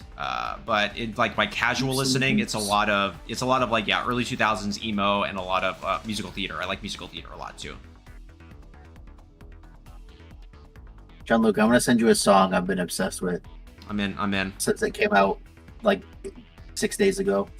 I've also really been in, like, if you want a specific song, Opt by Bruno Mars. I'm also a big Silk Sonic fan. I love Silk Sonic, but Opt by Bruno Mars and the K-pop gal, very good. Very much enjoy that song. Listening to that lately. It's APT. I don't think it's Opt. Yeah, I can't. Yeah, it's obviously short. In the song they sing put, which is just APT. Yeah. Yes, I am a big proponent of jazz, and my compositions were very jazz influenced in my grad school days. You ever, again, I'm on the internet a lot. If you look up my name, you can actually find my master's thesis, which is very fun. It is not soothing. It is atonal, and it's a very interesting piece, very heady. Yeah, a lot of jazz. I do like jazz a lot. You know, basically a lot of like old school, you know, Witch's Brew kind of style, like aged stuff. I'm a big fan of kind of that old style jazz. It's probably some of my favorite for sure. Blues as well. R&B also. Basically anything in that style of genre, I am a huge fan of. My playlist will swing from like ABBA to Cardi B, so that's a pretty big swing. I grew up with jazz because that's all Mom would play in the car. Jazz is good. Jazz is good. I'm trying to think of some other albums I really had enjoyed. Oh, what song did you send me? Okay, Mr. Clifford. I'll listen to it later. Listen to it when we're done. That band, the Toxhards, they have this song called Angus the Prize-Winning Hog, and it is a journey. It is a journey. I am gonna have to listen to that sound. The cover seems very interesting. Yeah, I recommend like watching the music video for this song. Okay. It makes it like way better. That guy and I do also kind of look similar.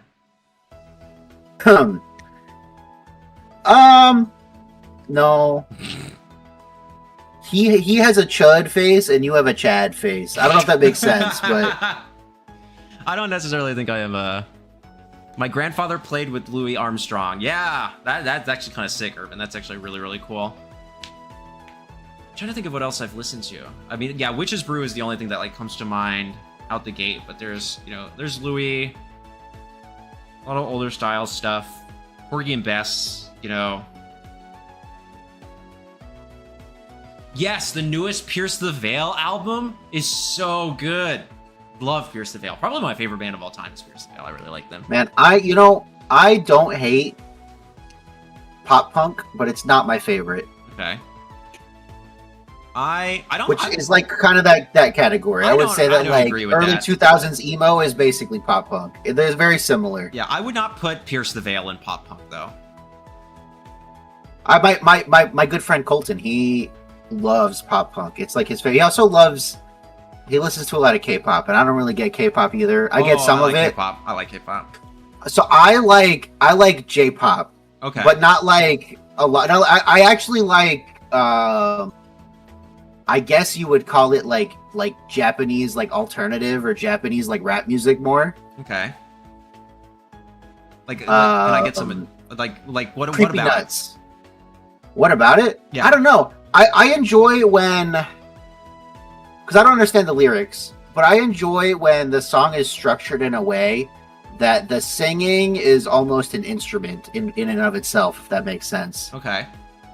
And you get that a lot. You get like there's like this very state. So this is the band that I mostly listen to that's like Japanese rap music is Creepy Nuts. And they do the theme song for a couple of animes, but I have a lot of their music that's not anime music on my playlist. Okay. And they kind of span a lot of genres. But yeah, it's just like the way that the lyrics flow is it's like kind of a part of the beat of the song. Okay. And I really enjoy that. I'll have to give them a listen. There was a time in undergrad when I was really into like old school rap, so you know, Biggie, Tupac, that kind of stuff. I was listening to a lot of that, so I like rap actually quite a bit. I think it's a really kind of beautiful, interesting. It's yeah. Damn. There's like so this is an anime theme song, but they have one for this anime called Dan Da Dan, and the song literally starts with them chanting like Dan Da Dan Dan Da Dan Dan Da Dan Dan Da Dan. Yeah, I know. Dan Da Dan Dan Da Dan Dan Da Dan Dan Da Dan. Yeah, I've seen Dan Da Dan. Well, it's like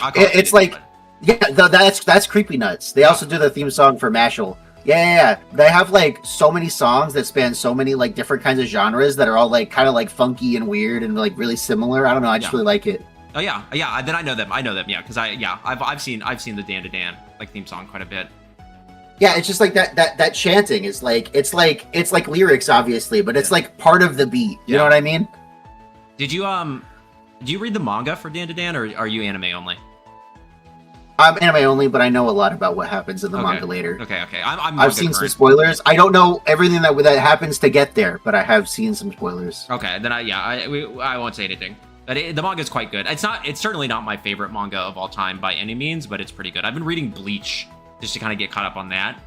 1,000-Year Blood War. I enjoy how much he's been influenced by romance anime. It's very funny. Oh my god, yeah, you can tell the tropes. The tropes are so thick. Although he moves faster. Well, no, so he was so bad at writing women that one of his like fellow authors was like, okay, look, you're gonna sit down and you're gonna watch like 10,000 hours of romance anime. So you can learn how to write women. It's like that's like a legit thing that happened. Oh my gosh, that's actually really funny. I don't think I've ever. He also used to draw for Chainsaw Man. Oh, okay. Not a big Chainsaw Man fan. I'm not gonna lie. I'm manga current. Well, the manga ended. I finished the entire series. Yeah. And I think Chainsaw. I haven't read the manga, but my understanding is that Chainsaw Man Part 1 is like almost a perfect piece of fiction. Yeah. And Chainsaw Man Part 2 is not. I only read Chainsaw Man Part 2 because I was like that invested. I was already so far in that I was like, I gotta like finish this. You know what I mean? And that ending. I think on paper I don't hate the ending, but I don't think it's the ending. I think it came faster than it was supposed to. Yeah. Because he was tired of writing the manga, which is fair. It happens I do not like the ending. I'm normally not that.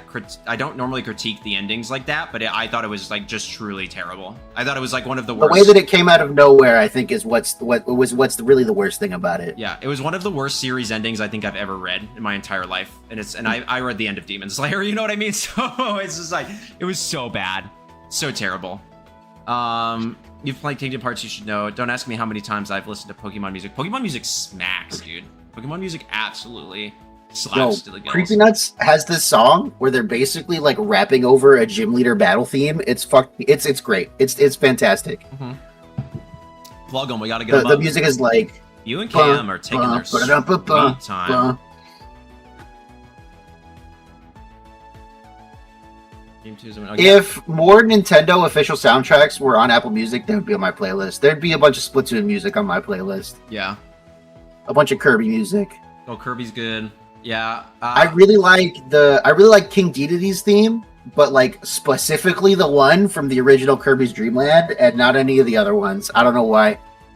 You know what I've wanted to watch? I want to rewatch the old Kirby anime. I haven't seen that in so long. I think that would be really Kirby fun. Right Back at Ya? Yeah. I remember watching that as a kid.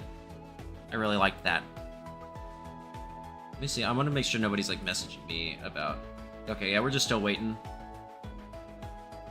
Yeah, I need to watch the new episode of Mushoku Tensei. Comes out tomorrow too. I'm very excited about that. I've also been watching a couple of other anime. I've been watching the new anime by the woman that made Full Metal Alchemist, and that's pretty good. Yeah, I've heard of that. I haven't watched the new one, but I have heard that it Leader exists. of the Demon Realm or Shadow Realm or something like that, I think is what yeah, it was. Yeah. It's like Demons of the Shadow Realm, I think is what it's called. I'm only a few episodes in, but so far it's pretty good. It's pretty good. And I mean, like, FMA is peak, so I'm gonna... I just rewatched Haikyuu. Okay, yeah, Haikyuu's good. And I'm rewatching Ranking of Kings right now because Boji fills my heart with so much joy. It does. And then I'm going to rewatch Mob Psycho 100 because I want to make a video about Mob Psycho 100. Peak. Love that. It's probably one of my favorite anime of all time. So good. One day I will write a video about Reigen Arataka winning a VGC tournament. It will happen. I would like to be part of that one. I would like to be part of Mob Psycho. If you go back to some of my earliest videos, you will see a giant Mob Psycho 100 poster behind me, but the frame broke and I just haven't gotten a new one, so. Mob Psycho's great. It is so good. So good. I have some, you can tell my, let's see, because I've got Full Metal Alchemist there. I've got a little Soul Eater there. That is Miss Kobayashi's Dragon Maid.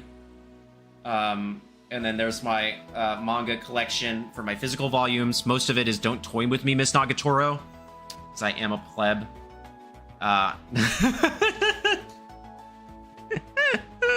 Love that manga. It looks interesting. I haven't gotten into it. I don't know. It's quite good. I have watched like some like romance anime, but I don't know. It looked like interesting, and I kind of wanted to watch it, and I just didn't. Yeah, I'm a big romance guy. I also have like Hello Twazard. I have most of the volumes of like Bloom Into You, which is probably one of my favorite romance manga of like all time. But they will never animate the second season. They will never make another season of it. And I know that Rest in peace. And I can it is because it has they go farther than any romance anime has ever done, particularly one that features two protagonists of the same gender. And so they will never animate it. What's the one that's coming out soon? It's called The Guy I Was Into Is Actually Not a Guy or something like that. Yeah, that's already out. I think I've seen that. I think I've seen like some stuff. I don't think it's out yet, but they dropped a trailer, and the opening song is Breed by Nirvana. Oh, interesting. Like legit, the OST is Breed by Nirvana. They got the rights to Breed for the opening for this anime.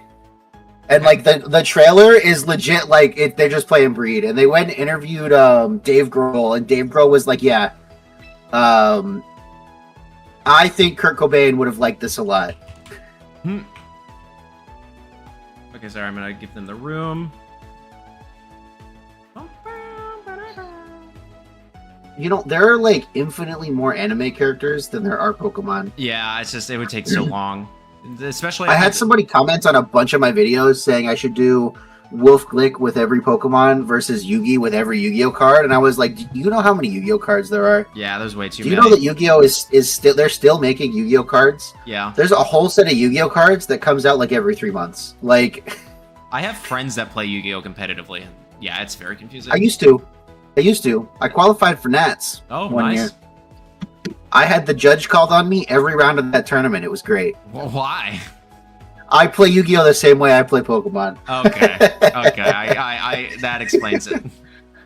I was playing this brand new archetype that literally had come out the week before, and the archetype was very much like if your opponent tries to do something, you tell them no. Yeah. And half of me running that deck relied on me knowing the rules better than my opponent. So, like, legit, there was 11 rounds, and they called the judge on me every single round. It was very funny. All right, we will begin with Matt Pode versus Evan in our first semifinals match. I wanted to do could Wolf Glick win the Battle City tournament for a while. I just don't know what that video looks like.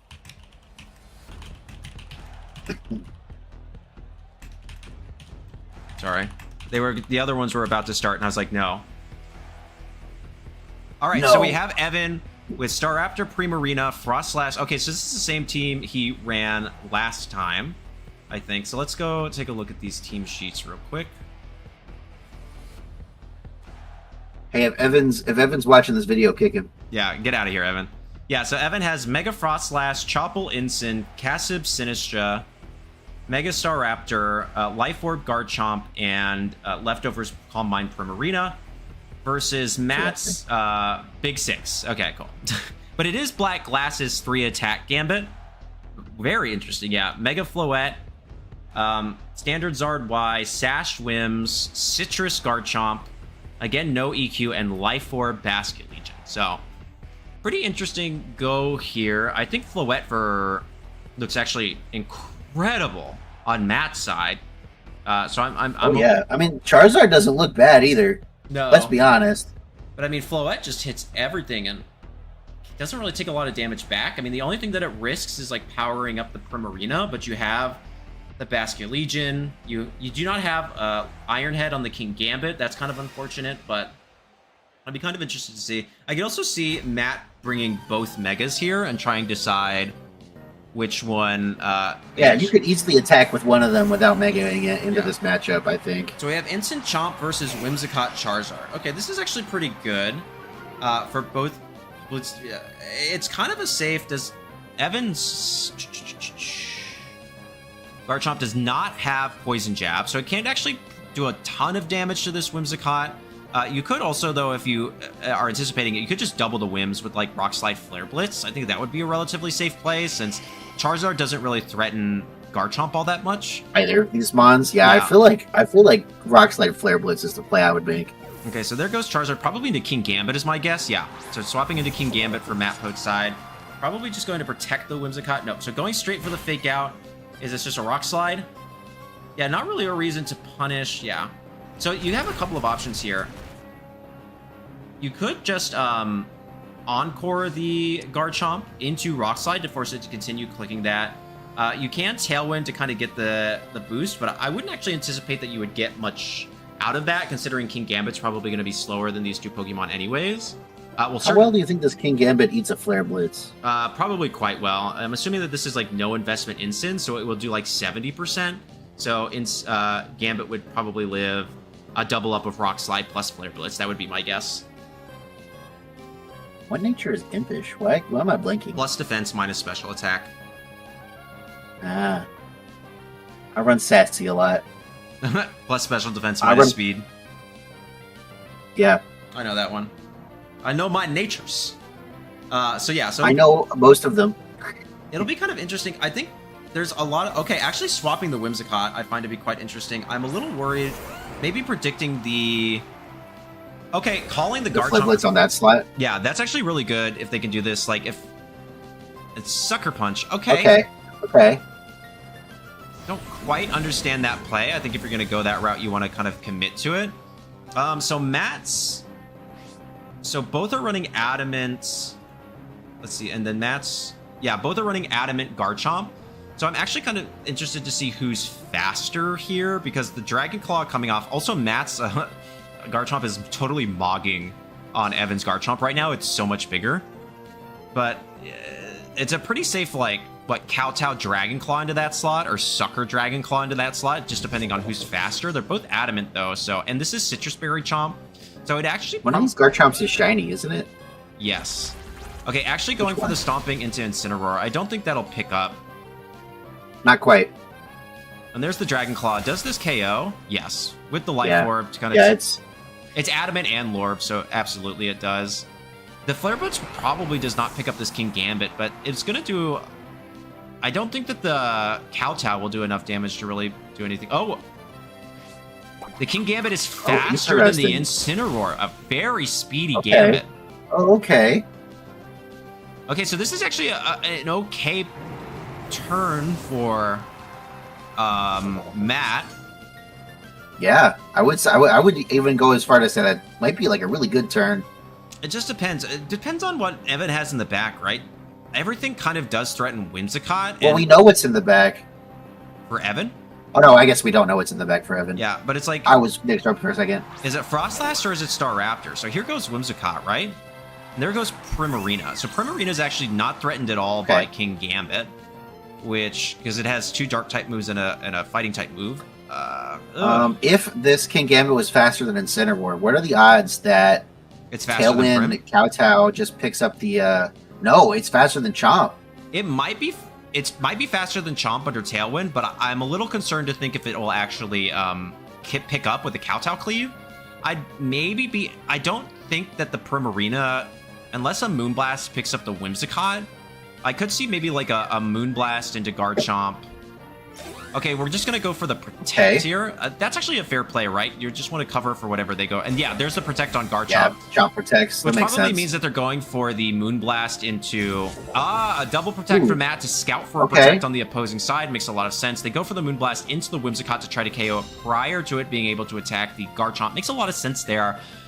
But we're kind of in a similar position. It does neither... The plays from both people don't really advance the board state in any meaningful way, except it does allow... Matt now to make a safer attack into. Well, hello, Bear. I didn't realize you were in here with me. Meow. Do you think that just like Moonblast Sucker Punch picks up this chomp? For sure. I guess it is. Absolutely. Oh yeah, it's Life Orb. It's Life Orb, right? I would say for sure it picks up 100%. Do you think just a Moonblast does it? No, I do think you need to double it with Sucker Punch Moonblast. But that'll really depend on like who's in the back. If he has Star Raptor in the back, then that's kind of bad. Because if you want to swap into the Star Raptor, you're going to take... Interesting. I don't think I like that play very much. Are you? No. Yeah, there's the slide, and that's just going to KO this Charizard, yeah. I think basically... Why would you do that? What Matt was calling there was he was actually calling a swap on the Zard slot. I mean, on the Chomp slot But even if the Chomp swaps, if the Primarina goes for like Hyper Voice, you know, like that's pretty risky. Yeah, he's probably calling a Moonblast into that slot just to cover for it. I feel like that's just a really hard read he didn't need to make. Yeah, and there's the flinch, but it doesn't matter. This game is over. This game is like totally over now. Unless this Charizard is like fast. No, the Charizard's gone. Oh yeah, the Charizard's it gone. died to Rock Slide. Yeah, this game is over. So switching in the Charizard there was a hard read he didn't need to make. Yeah, I just feel like that it had not a lot of upside and a lot of downside, personally. So yeah, I think basically now what Matt Pote is doing is biding time to think of a game plan for Game 2. If I'm going to be honest. The risk was calculated, but man, I am bad at math. Yeah, I don't quite understand why they felt the need to take that risk, but you know what? We're not there. We're not playing the game, so I'm going to give them the benefit of the doubt. So here's a Moonblast into the... Okay. Basically calling the Garchomp Protect and hoping to get a special... Yeah, and there's the Rock Slide. This won't pick up either of them, but now you can just kind of go for Hyper Voice and win the game on Evan's side, I think. Yeah. Unless this... So there's the Kowtow, but this certainly will not pick up this Primarina. There's a lot. No, but it is worth noting that it's faster than Primarina, too. Yeah. With no Tailwind. And that is game 1 in Evan's favor. I think maybe... I still think a Floette angle was better, personally. Especially with the Pokemon that Evan brought, right? It's like Floette had just a really fantastic damage into all of those Mons. Somebody pointed out that Evan actually just doesn't have a Pokemon that resists Floette. Yeah. Like, not a single one. Yeah, that wasn't a... Yes. Everybody say hello to Bear. I would go get my pet, but he's asleep.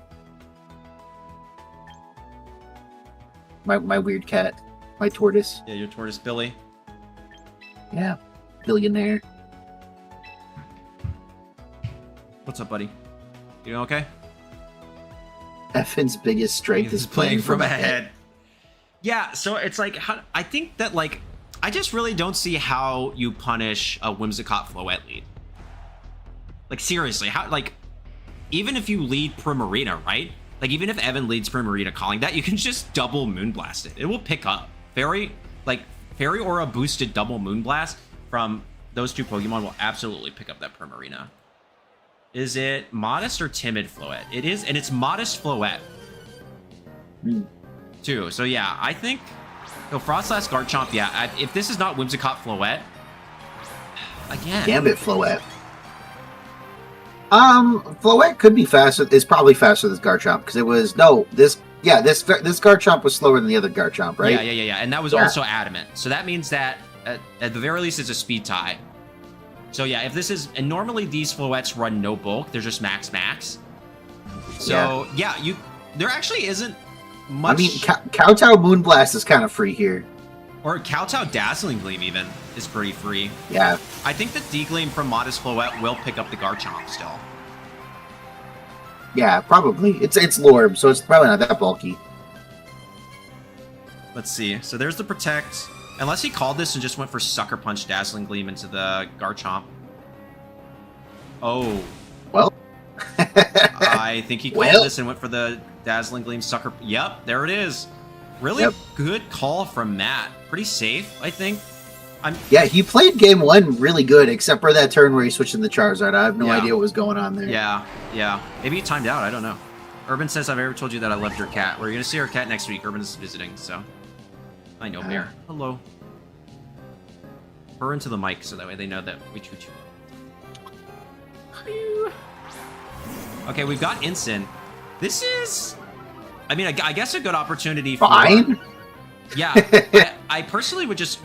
Like, I wouldn't even double protect if I was Matt, right? I would just keep on the offense. He's really far Yeah, ahead. honestly, yeah, just like Moonblast, kowtow this Charizard. Like, or this Incineroar. Who cares? I would actually just Dazzling Gleam, kowtow into Frostlass, personally. Well, I mean, what is Frostlass, like, threatening anything other than Aurora Veil? You know what I mean? Yeah, true. Freezes. Yeah, I guess so. But if you can get instant out, like... Okay, let's see. What does he go for? So he does fake out the... Okay. Still, a Moonblast from Modest Floette is going to do a lot to either of these Pokemon. Oh, yeah. There's a Blizzard. 6-7. So does he get a freeze on either of these Pokemon? No. This Moonblast, I would anticipate this does like 80%. It does look like they just went for kowtow Moonblast here. Really, really, even though it's Impish, still a very specially bulky Incineroar. Now I feel like sucker punching Frostlass and just clicking Moonblast again is free. Yeah, super free. Because like, it doesn't matter if Frostlass protects, yeah. Yeah. Yeah, I think you can always just sucker punch Moonblast. So there's the Veil, but he doesn't. He just goes for the... Oh my golly, just goes for the kowtow, calling the Veil. This is +1 black glasses. I think it will still pick up. I don't love the D-Gleam play there, but actually, no, it's fine. It's fine because we know the Gambit's faster. We know that the Gambit's faster. That's right. So now if he goes for Flare Blitz, it'll just KO itself from recoil. And it might not KO Gambit. Oh, it'll KO Gambit. From 60%? Yeah. I didn't realize it took that much damage. The HP isn't on the screen all the time. True. So who's in the back, right? I would presume Primarina, if we're following a similar game plan to what Evan did last time. If I was Evan, I would actually probably forfeit here. Oh, okay, no, just forfeit. Just to not reveal that last Pokemon. Yeah, and now you can I don't think it let... Oh, yeah, I will let you forfeit. I forgot that they changed how forfeiting works. Yeah, now this is just a... I don't even think you Light of Ruin. I just think you Moonblast. Yeah. Yep. There's one. Let's see how much this does to this Primarina. Good amount behind Aurora Veil. Like 30% is pretty buff Primarina, though. Yeah. That'll certainly KO without the Veil, though. Yeah, oh, without a doubt in the world. And there's the Moonblast at -1. How much is it doing to this Floette? Okay, so it wouldn't have picked up... Not much. Yeah. Yeah. There's another drop. There's the leftovers, and you can't protect in this instance either because then you just get Encore locked. So yeah, it's Evan kind of realizing the writing on the wall, taking us to a game 3. So Matt made a pretty strong turn 1 call, and that really worked in his favor. Basically, please don't be watching the stream, but he basically said they said they didn't get my call. Well, I'm going to show them a call. I know, buddy. All right, game 3 between Evan and Matt. Very interesting to kind of see how they tackle this. I still think Frostlass was pretty good for Evan there. I'm not necessarily against it. And Evan did actually never reveal his 4th Pokemon in game 1, so... I kind of think Gambit Floette could just be the lead again. I mean, how does he even really punish that? All of his Mons, except for Frostlass, are going to be slower than the Floette without Tailwind up. Yeah. I mean, Staraptor, I guess. Except for Staraptor, but, like, it's a Staraptor, yeah. Yeah. And it's Jolly, it's Brave Bird Close Combat. It does have Tailwind, I guess. He could just not Mega it and click Tailwind. He might live a Moonblast. Yeah, but then he's in Sucker Punch range afterwards. Well, yeah, but if he's gonna Mega Frostlass, then maybe that makes sense. True. Yeah, it'll be kind of interesting to see. This matchup, like, no Fairy Resists for Evan does feel kind of tough. Personally, maybe it's setting up Prim, like leading Prim and just getting Somebody said this was a run back. Was Evan's only loss to Matt earlier in the tournament? It wasn't. This is the team that Evan used last time, but I don't think it's a run back. Oh, yes. Okay, Matt making a very good adjustment here. I mean, yeah. He lost to a different Big 16, but it's a very it's the one they played the mirror against earlier. Yeah. Yeah. I mean, there's just like, this is so bad for Evan. Oh yeah. I don't think you do really much about this at all. Yeah, I think you just click Tailwind Moonblast into Staraptor to ensure that it gets the KO. Like, you don't really need... Like, Chomp isn't too threatening right now. It's not a lot. I mean, you could even, like, protect the Floette if you want, and then you can just Moonblast D-Gleam the next turn.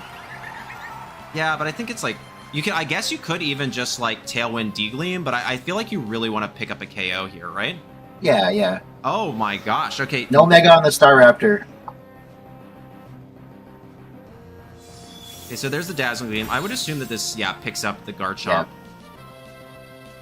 Staraptor probably would have eaten a Moonblast. Lost the previous Grand Final. Was it to Matt? Barely. Did he lose the last one to Matt? I didn't think it was Matt that he lost to. Okay, so another Tailwind, but... I mean, now you can get Encore locked. Here comes Frostlass, and you're fat. Frostlass, you gotta just go for the Blizzard Freeze, I guess. Yeah, I mean, like... I guess you could, like, protect Staraptor, go for the Aurora Veil. I would kind of just Moonblast D-Gleam, right? Like Moonblast, Frostlass, D-Gleam. You got no reason, yeah. I don't remember if it was Matt who Evan lost to in the last finals. And now we know that they're fast. Yeah, so there's the Moonblast. If it's a special attack drop, lot. Yeah, that Fairy Aura. Here's the Blizzard.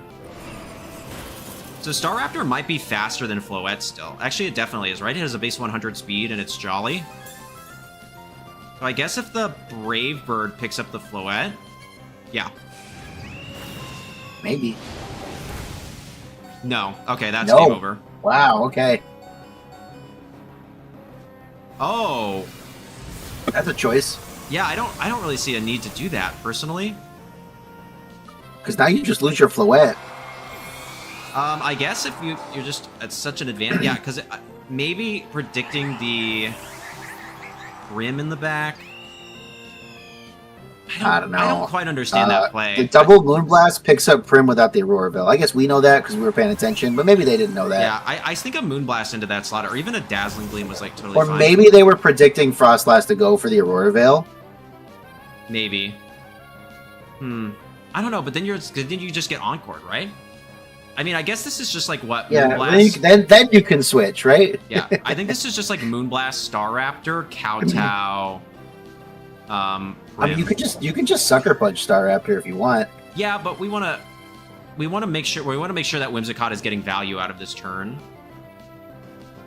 I guess if you click Brave Bird, you could also Encore the... No, you just always click Moonblast here, right? Unless you want to really make this call and just double the... Are we going to double the Primarina? No. No. Okay, yeah. So yeah, Sucker Punch, Staraptor, Moonblast, Primarina makes a lot of sense. I guess fish for a special attack drop. Who's in the back for Matt? Bask or Garchomp, right? It's just going to do more than a resisted attack from King Gambit, I think. Yeah, I'm still really confused on the Light of Ruin, personally. Like, even if Frostlass lived... then you just Moonblast it again next turn. Yeah. Oh, okay, it's game over. Yeah. Yeah, you just Last Respect Sucker till the end of time. Oh, yeah.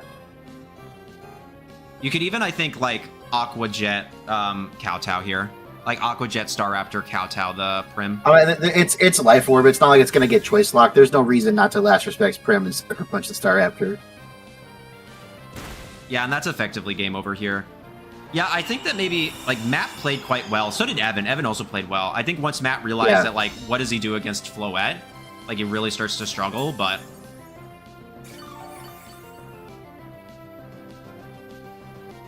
Rose Tide sailed out. But yeah, now it's... And we know that the King Gambit is faster, so, like, Last Respect's Kowtow Cleave is, like, super safe here on Matt's side, and that's just basically game over.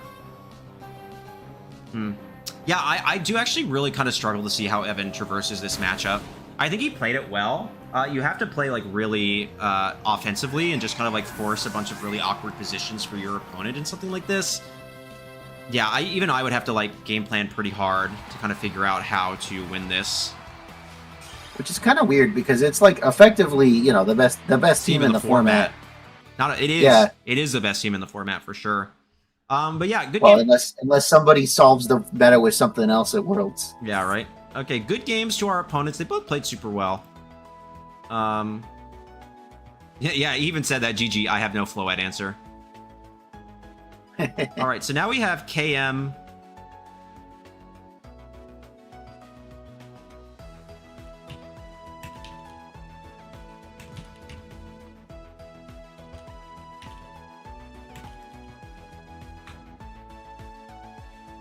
There we go. All right, so now we will have Winter Bio and KM21. Yeah, Evan, I have no Floette answer. Yeah, we kind of noticed that, Evan.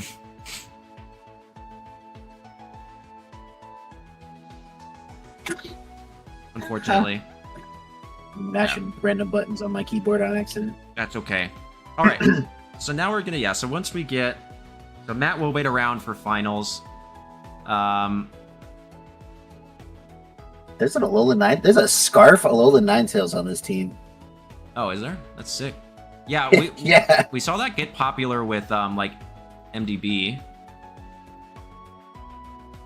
Raichu Y, Scarf Ninetales, Chomp, Charizard, Wims, Basque. Yeah, I am a big Alola Ninetales believer. Energy Ball Wims and Fake Tears. No Protect. Fake Tears next to the Ninetales makes a lot of sense. Yeah, I agree. And the Zard. And the Raichu. All right. So yeah, so we saw Winter Bio earlier, but we're going to review the teams really quickly. KM21 with Mega Charizard Y, Whimsicott, Life Orb Garchomp, Choice Scarf Alola Ninetales, Raichu Y, Mega Raichu Y, and Mystic Water Basket Legion. And we have Winter Bio with the Mega Frostlass, Sash, Faint Sneasler, Mystic Water Basque, Mega D-Knight, Roselli Garchomp, Choppleberry King Gambit. This team that Winter Bio is using, I believe, has placed very well in the ranked ladder seasons in both like the last 3, I think, used by multiple people, notably a newcomer named Washi. So I'm really interested to see kind of how it works in a best of 3 format. Saw the Wims and I was like, well, GG, I guess. Yeah, that makes a lot of sense. That makes a lot of sense, Evan. Yeah, I just think if you watch back the set, I even like before game 2, I'm like, why is he not just leading Wims Floette? Like, what does Evan do against Wims Floette? Lose. Okay, so let's kind of tier. I actually think that Raichu looks really good here, as long as it's not the one that dropped Focus Blast for Encore. No, it does have Focus Blast. Oh, it's got Focus Blast, which is really good. The Garchomp here, both Adamant Life Orb is so greedy, and Jolly Roselli with Poison Gem. This whole team is very aggressive. I don't know if you noticed. Yeah. But it has Choice Scarf Ninetales and Fake Tears Whimsicott. Well, MDB really kind of popularized that, right? Okay, so we have Instant Sneasler, Raichu, Ninetales. I would assume that this Raichu is EV trained to always be faster than... Oh. Well, this is quite bad for Winter. Actually, he can fake out the Ninetales this turn. No, I think he fakes out... Well, the Scarf Ninetales. So I think you just fake out, like, Mega, fake out Sneasler, Blizzard. Oh yeah, the Raichu also has Fake Out. Yeah, and it's timid, and like anyone with the brain like always EVs their Raichu to outspeed the base 120s, so you're always faster than Sneasler. Yeah. And Sneasler does not have Protect, and neither does this. It's also timid Raichu, so like. Yeah. So and neither Garchomp nor Sneasler have Protect. Yeah, I don't. Oh yeah. Yeah, I don't see any world. Yeah, where you don't just go for this play. It's cooked. I think it's like literally. No, honestly, the Sneasler. There's a chance the Sneasler goes down to this. Like. Oh, okay. No, it's a Thickler. It doesn't. It's a bulky Sneasler, no, but no, it's not because it's Sash. It's Sash. Okay. It's still probably timid A9 because it is. No, modest. it's modest. That's interesting. You still want to go timid normally because you want to be faster than Mega Swampert with Swift Swim. So if you're gonna go, you normally go timid on the Alola Ninetales, but yeah, now you can just like click Blizzard Focus Blast. Is it Chopple Gambit on the other side? Yes. No. Yes. Yes, it is. So it will most likely live this. It's gonna hurt. Yeah, it's gonna hurt a lot. It's gonna do like 80% probably, but I do anticipate that it'll actually survive the turn. Yep. 79%. Only just. I know what I'm doing sometimes. And there's the Iron Head, but it, like, doesn't matter. Yeah, it's kind of too late. It's like, Ninetales has done its job. Yeah, I just think Khaled, like, led incredibly well. I guess, like, how do you really punish that? How do you punish that? Like, even Frostlass doesn't want to eat Blizzard plus Zap Cannon. Yeah. And now it's just, Aqua Jet Zap Cannon. Yeah, you just... Because I don't think the Gambit has Protect.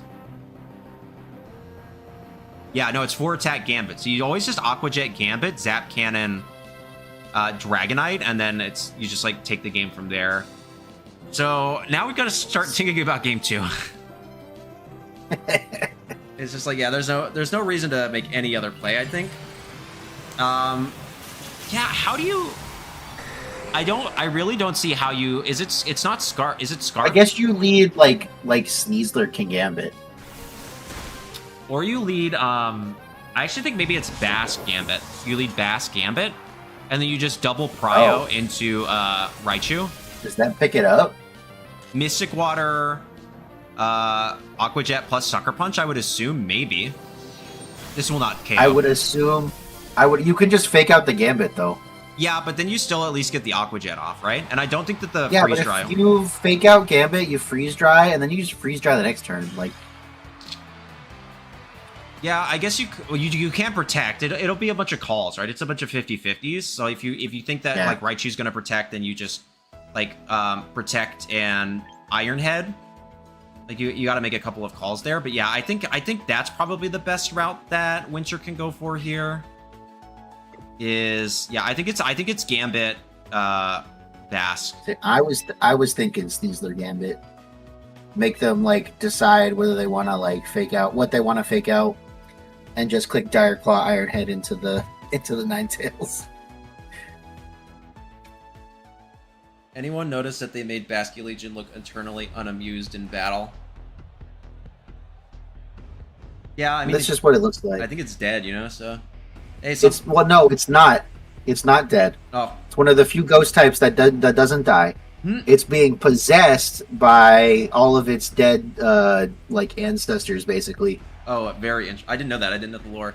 Also, somebody gave That's me. why. So I have this whole thing where I get mad about Annihilate because it gains HP by dying. Basculegion gains HP when it evolves, and it gains the ghost type, but Basculegion doesn't die, so it's okay. It's okay. It'll be okay. Sylveon Admirer. Very interesting. Okay. I'm expecting the same lead. So they went with your lead, the Sneasler Gambit. Is it the same thing? Yes, it is. Yeah. I mean, I just don't think a Dire Claw picks up. No? I don't think so. With the Snow Boost and Jolly Sneasler, I'm like almost certain it doesn't. I think it depends on whether the Ninetales has bulk or not. If it doesn't have any bulk, then it probably does. We'll see, but I think it's pretty safe to just fake out. Yeah, this is tough. Well, you can just fake out Ninetales here too if you want. Yeah, I think we're entering really want 50-50s territory. It's Fate Sneasler. Yep. I'm a big proponent. No protect on. Wait, is there no protect on this whole team? There's protect. No, okay. Yeah, there's quite a few. Half of the mons have protect. Okay, what does it go into? Garchomp. Oh. Okay, wait, if he fakes out, that's actually really good. Interesting.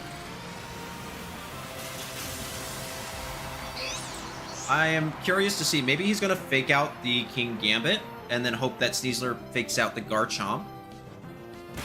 Or... Nope. No. See? Iron Head. Okay. What does this do? Good chunk. This Garchomp does have Earthquake. It's 4 attack, Earthquake. With Roselli, I mean, does he just go for, like, CC Sucker into the Chomp here? That's my question. Because the Protect Raichu EQ is, like, pretty obvious on Khaled's side. So maybe he... Okay, so he's going to swap Raichu into, what, Ninetales? Ninetales. Okay, Ninetales doesn't mind the EQ if that's what's coming. Oh, Gambit switches into, like, Bask? Okay. There's no Protect on this Sneasler. What does he go for? Close Combat. Okay. That doesn't pick up. Ooh, yeah. And it's not Lore. The Sucker Punch would have pushed it over. And it is EQ. Does a lot. No, this Garchomp is Roselli. Is it? No. No, it's Lorb. Oh, it's Lorb. You're right. I'm looking at it. So it goes down. Yeah, it goes down. Okay, that's kind of an okay trade, honestly. Yeah, I would say that Khaled got the... Because now it's, yeah, you get all that on the Bask. Gambit's here. You go into... I assume Raichu just goes back in, yeah. And, like, I think this Bask is in Freeze Dry range. You could very easily just, like, fake freeze out dry focus blast here if you really wanted to. Or Yeah, fake out freeze dry. I think you fake out Gambit to get that little bit of extra chip. We saw that the focus blast doesn't pick up from this range, or at least it's a roll that can allow the Gambit to live. So, but you could also just like go fake out freeze dry into Gambit to get the extra chip if you think that Basket Legion is going to protect this turn. That would be such a commit though. I think that's like a really I don't think it's worth it to like assume that Bass is going to protect this turn. I think you just click the freeze dry, keep him honest. Yeah. Because nothing in the back really wants to switch into freeze dry either if it switches. Yep. All right. So let's see. So who does he go for the freeze dry into the basket slot? Yes. Okay. This will definitely pick up. Yeah. So yeah, now you can freeze dry focus blast Gambit really safely.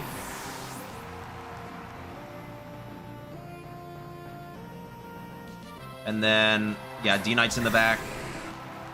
Yeah, I think you never protect the D-Knight here, but I still think the play is to focus blast freeze dry Gambit because the freeze dry will go first, and so you won't break the multi-scale on Dragonite. Yeah. And then who's in the back? Probably Basket Legion, right? And so then you can just like zap cannon. Yeah. I think if Khaled plays this optimally, they cannot lose. Because I don't think even a crit Heat Wave picks up the Raichu. I guess they could Sucker Punch Heat Wave on this turn. Yeah, but then you can bring in Basket Legion and go Aqua Jet Freeze Dry. Well, Heat Wave probably picks up Ninetales. Oh, true. Yep. He doesn't go for that play. That's the play I would have made. I would have just gone for Sucker Punch Heat Wave and hope I pick up Raichu. Yeah, it's always safe to double the Gambit here. It does not have Protect. And that should pick up with the additional chip from Freeze Dry. And now you can just Freeze Dry Zap Cannon. I don't think you'll pick up the KO. You might. The Zap Cannon might do enough. Multiscale is very good. And Ninetales has but multiscale's on the Freeze Dry, so... Yeah, but let's see. Because I don't think it'll do that. Oh, that actually did more than I thought. Yeah. It only has an 85 base special attack, so I always just assume that it's going to do no damage. Yeah, but it's stab, modest, it's 4 times effective. True. It basically just makes it a 2 times effective move. Yeah, I don't really see how Winter gets through that. I'm not gonna lie. I don't really see the... Yeah. It would take me a little bit to see the line, personally. I think they played really well. And they did what they had to do. I think, in that particular instance, you do need to, play aggressively and kind of make hard calls. And so I think both players actually played, super well. I think they should be really proud of the way that they played. But I do think that it was a really uphill battle for Winter, personally. But now we go into finals. So I'm just going to tell him same room. If you need a sec, take it. And now we have Scarf Ninetales versus Big Six.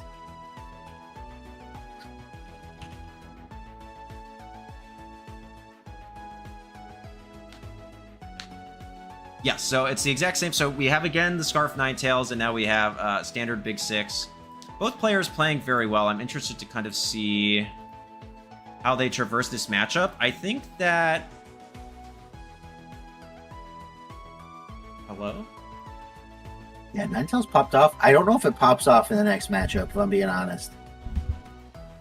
It could potentially. This also has a charge. Okay, so we're already going. Oh, I thought they would take a second. No, they said, no, we're ready. Nah, their engines are hot. Maybe.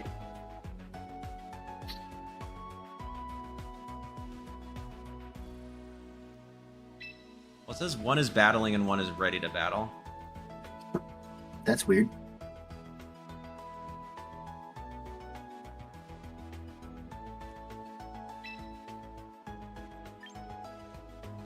Oh, okay, there we go. He's leaving out and going back in. Pairing.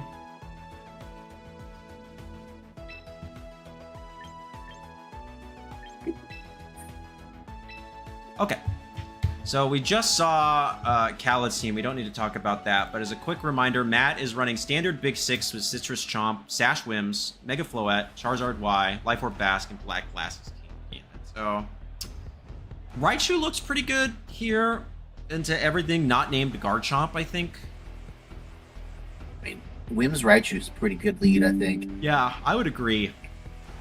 I don't really How much do you think this Chomp takes from Fake Tears Focus Blast?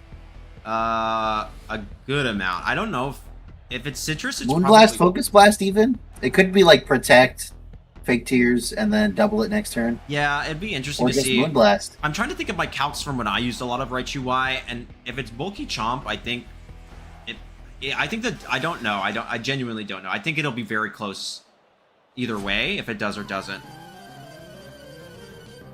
I'm ahead of Urban in chat. Yeah, I know. Okay, Floette Whims from Matt's side. Pretty fair, I think. There's not much you can do about that. Yeah. Oh, there's the Ninetales. Okay. Yeah, but I mean, just like double protect here is like safe, unless Khaled calls this and hard swaps into Whimsicott to Encore afterwards. Hi, I'm the one that got destroyed by Ninetales. Undying Skylands. Your matchup into Ninetales was pretty bad. I'm not gonna lie. Like we even said, we were like, you played really well. I think you played like the way that you have to play that game, which is just like really aggressively and force like really uncomfortable positions. But yeah, your matchup into Ninetales, like Scarf Ninetales specifically, was like really tough. So I don't blame you one bit.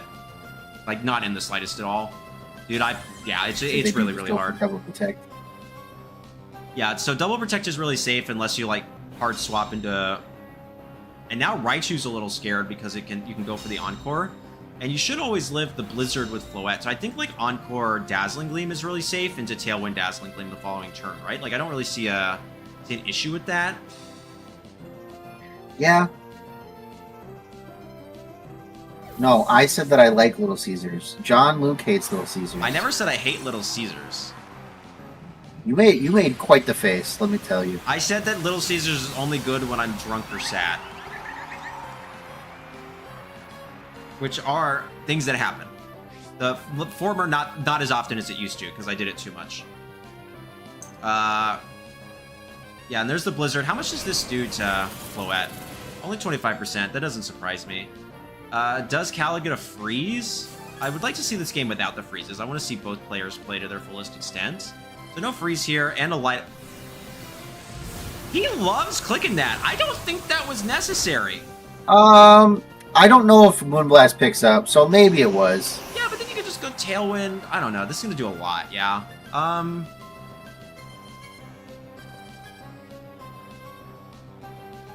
don't know. Well, you need to get better at rage baiting because it didn't make me mad. It just made us confused, Steelix. Yeah. Instructions unclear. Okay, so now we go... Raichu's faster than Floette, question mark? Yeah, absolutely. It's a base 130 speed compared to Floette's 102, and it's... So, like, I mean, Tailwind, you know, Zap Cannon's pretty free here. Yeah, I think so, too. Yeah, Okay, Matt's switches. into Guard Chomp. Thinking that the Zap Cannon's coming there, maybe. Yeah, but there's no way. No, yeah, why would you ever Zap Cannon that slot? And now Whimsicott's not doing anything. It's okay. Last time Matt made a really aggressive call turn one, and it didn't, like game one, and it didn't work out, and then he's gonna come back and win. Yeah, that is a bulky Guard Chomp.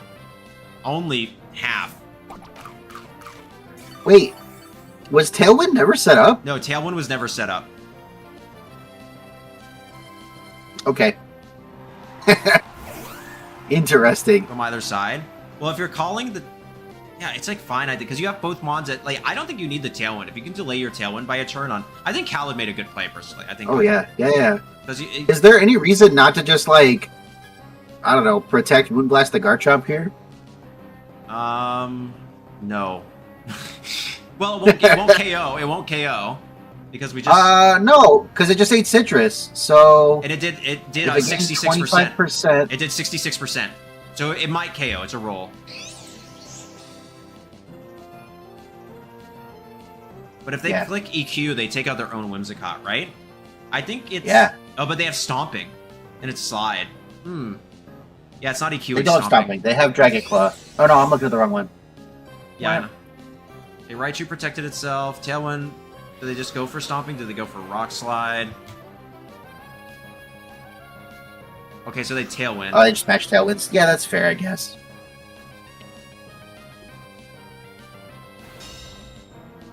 Okay.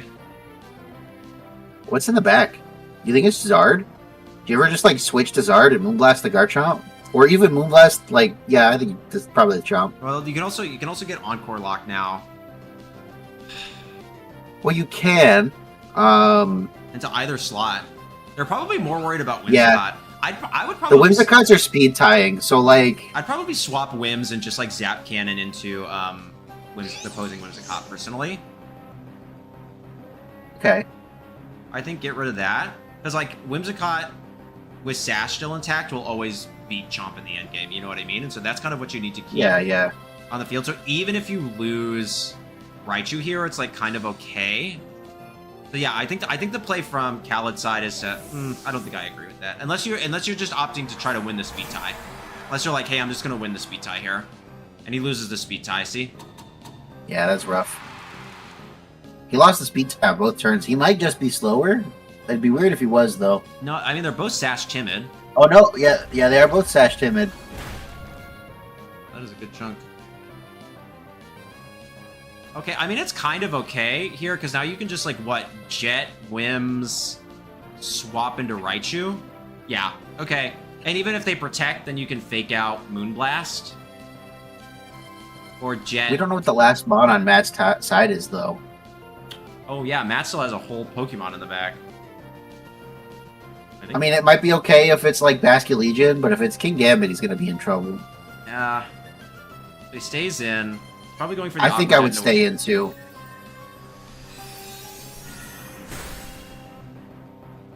Is this wave or last respects into because you will live.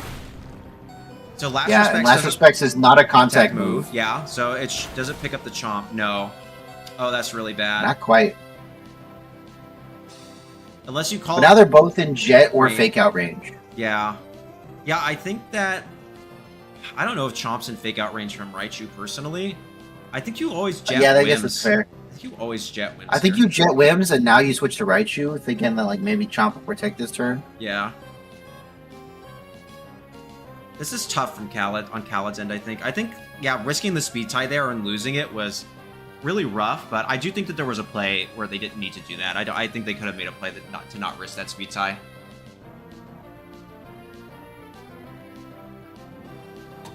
Ah, okay. Really smart, really smart.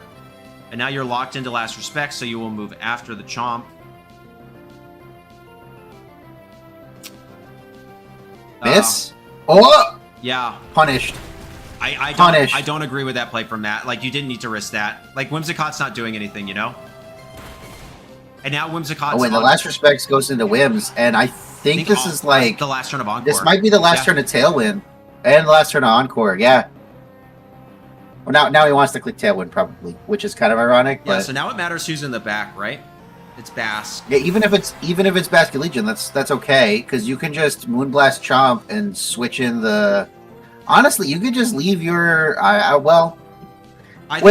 think you... No, I think you last respects Bask, and you Moonblast Chomp. Yeah, I think that's the best play. Yeah. Because that'll cover You're guaranteed. You should get a pickup. You should pick up a KO on either as long as no protect. And then Raichu comes in and... Yeah, I don't agree with this play. I do not agree with this play. I think you always Moonblast Chomp, last respects Bask. Yeah, because now this... Yeah. But Chomp shouldn't pick up Whims, so it might be okay.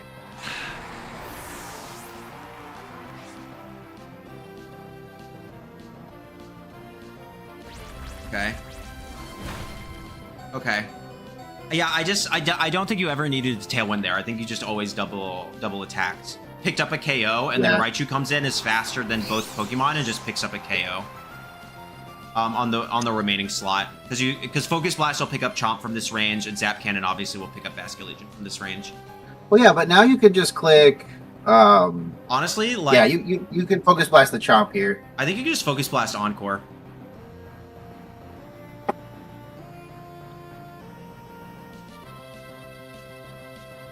So I has to click Jet? Yeah, that makes sense. Yeah, I think you just Focus Blast Encore here. Really tense game. It's kind of really back and forth. I die again. Yeah, that makes sense. I think Chomp protecting makes sense. So I guess there's no Encore. So hopefully they went for the they went for like Moonblast Zap Cannon. Yeah, they do. They did. Okay, well that's fine. Yeah. This is always safe. I would have been really scared of the Garchomp clicking Protect, I personally, which is why the Encore helps. But just imagine if He did click stomping here. Then Matt would have won. Yeah. That would have won the game. That was my thought. I was like, I feel like you always double attack. I feel like you go jet stomping. Because if you think that, yeah, because really, that doesn't make a lot of sense to me. Because if you're basically saying, hey, I need this jet to pick up the Whimsicott, then you go for the stomping anyways. Because they can't on-crew you, lock you to anything else because you just click stomping tantrum, and so then you can actually get the stomping off into Raichu, which it can live depending on its EV investment, but it must be really bulky. I mean, it needs to be like directly defense invested, and then it's still yeah. So it's like, yeah, if you're basically banking on that Aqua Jet picking up the Whimsicott, then I think the play is to actually still attack with Garchomp there. Wow, the courts are just not updating. I know. Small indie company.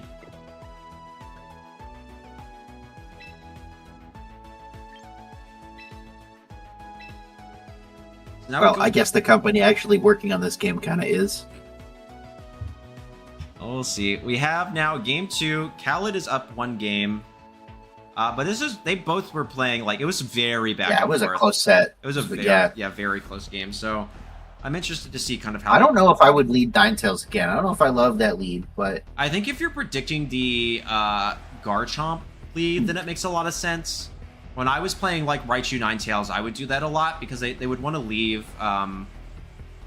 Charizard in the back because of the Raichu. They would want to take care of the Raichu before they bring out Charizard. So they would lead like Chomp something. So I think it actually makes a lot of sense. But I mean, like, on paper, he's got 1 Mon that resists this Floette. Yeah. So it's Floette Whims again. Same leads. All right. Now we get to play the mind games. I still think that, because again, like, Khaled can just swap one of these 2 Pokemon into Whimsicott to punish a double protect play, right? Yeah. He doesn't. He's not gonna, though. So if you think that, yeah, maybe he's calling Matt not to double protect this turn because that's what he did last time. And Whimsicott did not protect. Yeah, so it's just Floette. So if he fakes out the Whimsicott, no fake out. Is it Zap Cannon? No fake out. It's just Zap Cannon Blizzard. That's so interesting. I mean, again, 2 really aggressive plays, but I'm not particularly upset at it. Does he Zap Cannon into Whimsicott? If he Zap Cannon into Whimsicott, Khaled is just, like, built different. Well, yeah, but fake out Whimsicott Blizzard would have done the same thing, yeah. I guess Bass could have switched in on that play, so maybe that's what they were going to read on. Yeah. I mean, that is a... Dang, man. Yeah, that's like... I think Matt loses. I'm not gonna lie. I think that might be GG. I think that's GG's. I think you just Zap Cannon Blizzard. Oh, yeah. Like, you Zap Cannon Floette. Yeah. Zap Cannon Blizzard certainly picks up his Floette, right? Yeah, like, but I think if I'm Matt in this position, right, then I'm going for the double protect on Floette, and I'm clicking Wave Crash into Raichu. Like, yeah, that's fair. Like, it's like that's the play you have to make right now to kind of get back into this game. Basically, Khaled... Or maybe... I don't know. Maybe you make a read where you're like, all right, well, maybe he's going to Zap Cannon Bask, and you just, like, protect that slot and blast Raichu, but... I feel like when you're that would be a weird play to make, too. Yeah, when you're this far behind, right, it's like... Basically, when you're thinking about the game and this strategy, like, when you're this far behind, you need to start making these level 1, level 2 plays, while your opponent just is going to continue to make level 0 plays. So to get back into this, you have to make, like, really aggressive reads. And it looks like it was a misclick from Matt in game 1. But Matt, actually, that makes a lot of sense to make that play if you're going to call the fake out. Yeah. Yeah, but he's going for the protect on Bass. So here's the Blizzard. Does he Zap Cannon into Floette? I really thought the play was like double protect into it Crash. Might not pick up. It's going to be close. Okay, so he does go into the It's into protect, yeah. So who does he Dazzling Gleam? Now he clicks Dazzling Gleam. No, I don't think that was the right move to click at all. Aqua Jet definitely picks up this Raichu. Yeah. If Aqua Jet picks up Raichu, I guess it's okay. Yeah, I mean, it's a straight 50-50 there. I don't know, yeah, so then it's just like... Well, I mean, D-Gleam Aqua Jet the Raichu is always like a decent play to make here. Yeah, I think so too. You only get punished if you get frozen. Specifically on Floette, yeah. So does he go into... My guess would be Whimsicott. I don't think this picks up Whim. It might. It's modest. But another one certainly will. Another Aqua Jet will, I think, after the Deagling damage. Yeah. Okay, so here goes the Blizzard. Does Khaled get a freeze? That's the question. Doing a little bit more this time. It looks like it's a roll. No freezes. No freeze. Okay. Whims is here. Whims is alive. I guess, like... I think Aqua Jet Whims Deagleam again, personally. Yeah. Okay, Bass. Ooh, okay. Now you get the... Or maybe it's just Last Respects Deagleam. Like, Last Respects Bask Deagleam is kind of my thought here. Does Bask eat an attack from Floette? I mean, I would probably, if I'm Khaled, I'd probably just Tailwind Last Respect something, right? Yeah. And so my call here is like basically forcing them to Last Respects a slot, and so you can basically double and always get value out of the turn, like, and then I guess it also depends on who's in the back for Matt. Like if it's King Gambit, then he's like kind of doing really well actually. But neither of these are Scarf Bask, right? One is Mystic Water and one is Life Orb. Yeah, it'll be interesting to see. So there's the Protect on Floette. Well, that's where the Protect is. So Tailwind, Last Respects, Bask is free. Energy Ball. Energy Ball! There it is. Aggressive. But it does not pick up. Does he Last Respects into the Bask? No, it doubles the Bask. Okay. Okay, yeah, into the... No, that was the other one. Oh, yeah. Sorry, it's so confusing. Okay, but now, yeah, Floette can get... So now you do, like, what? You Aqua Jet, Whims, swap Floette, I think.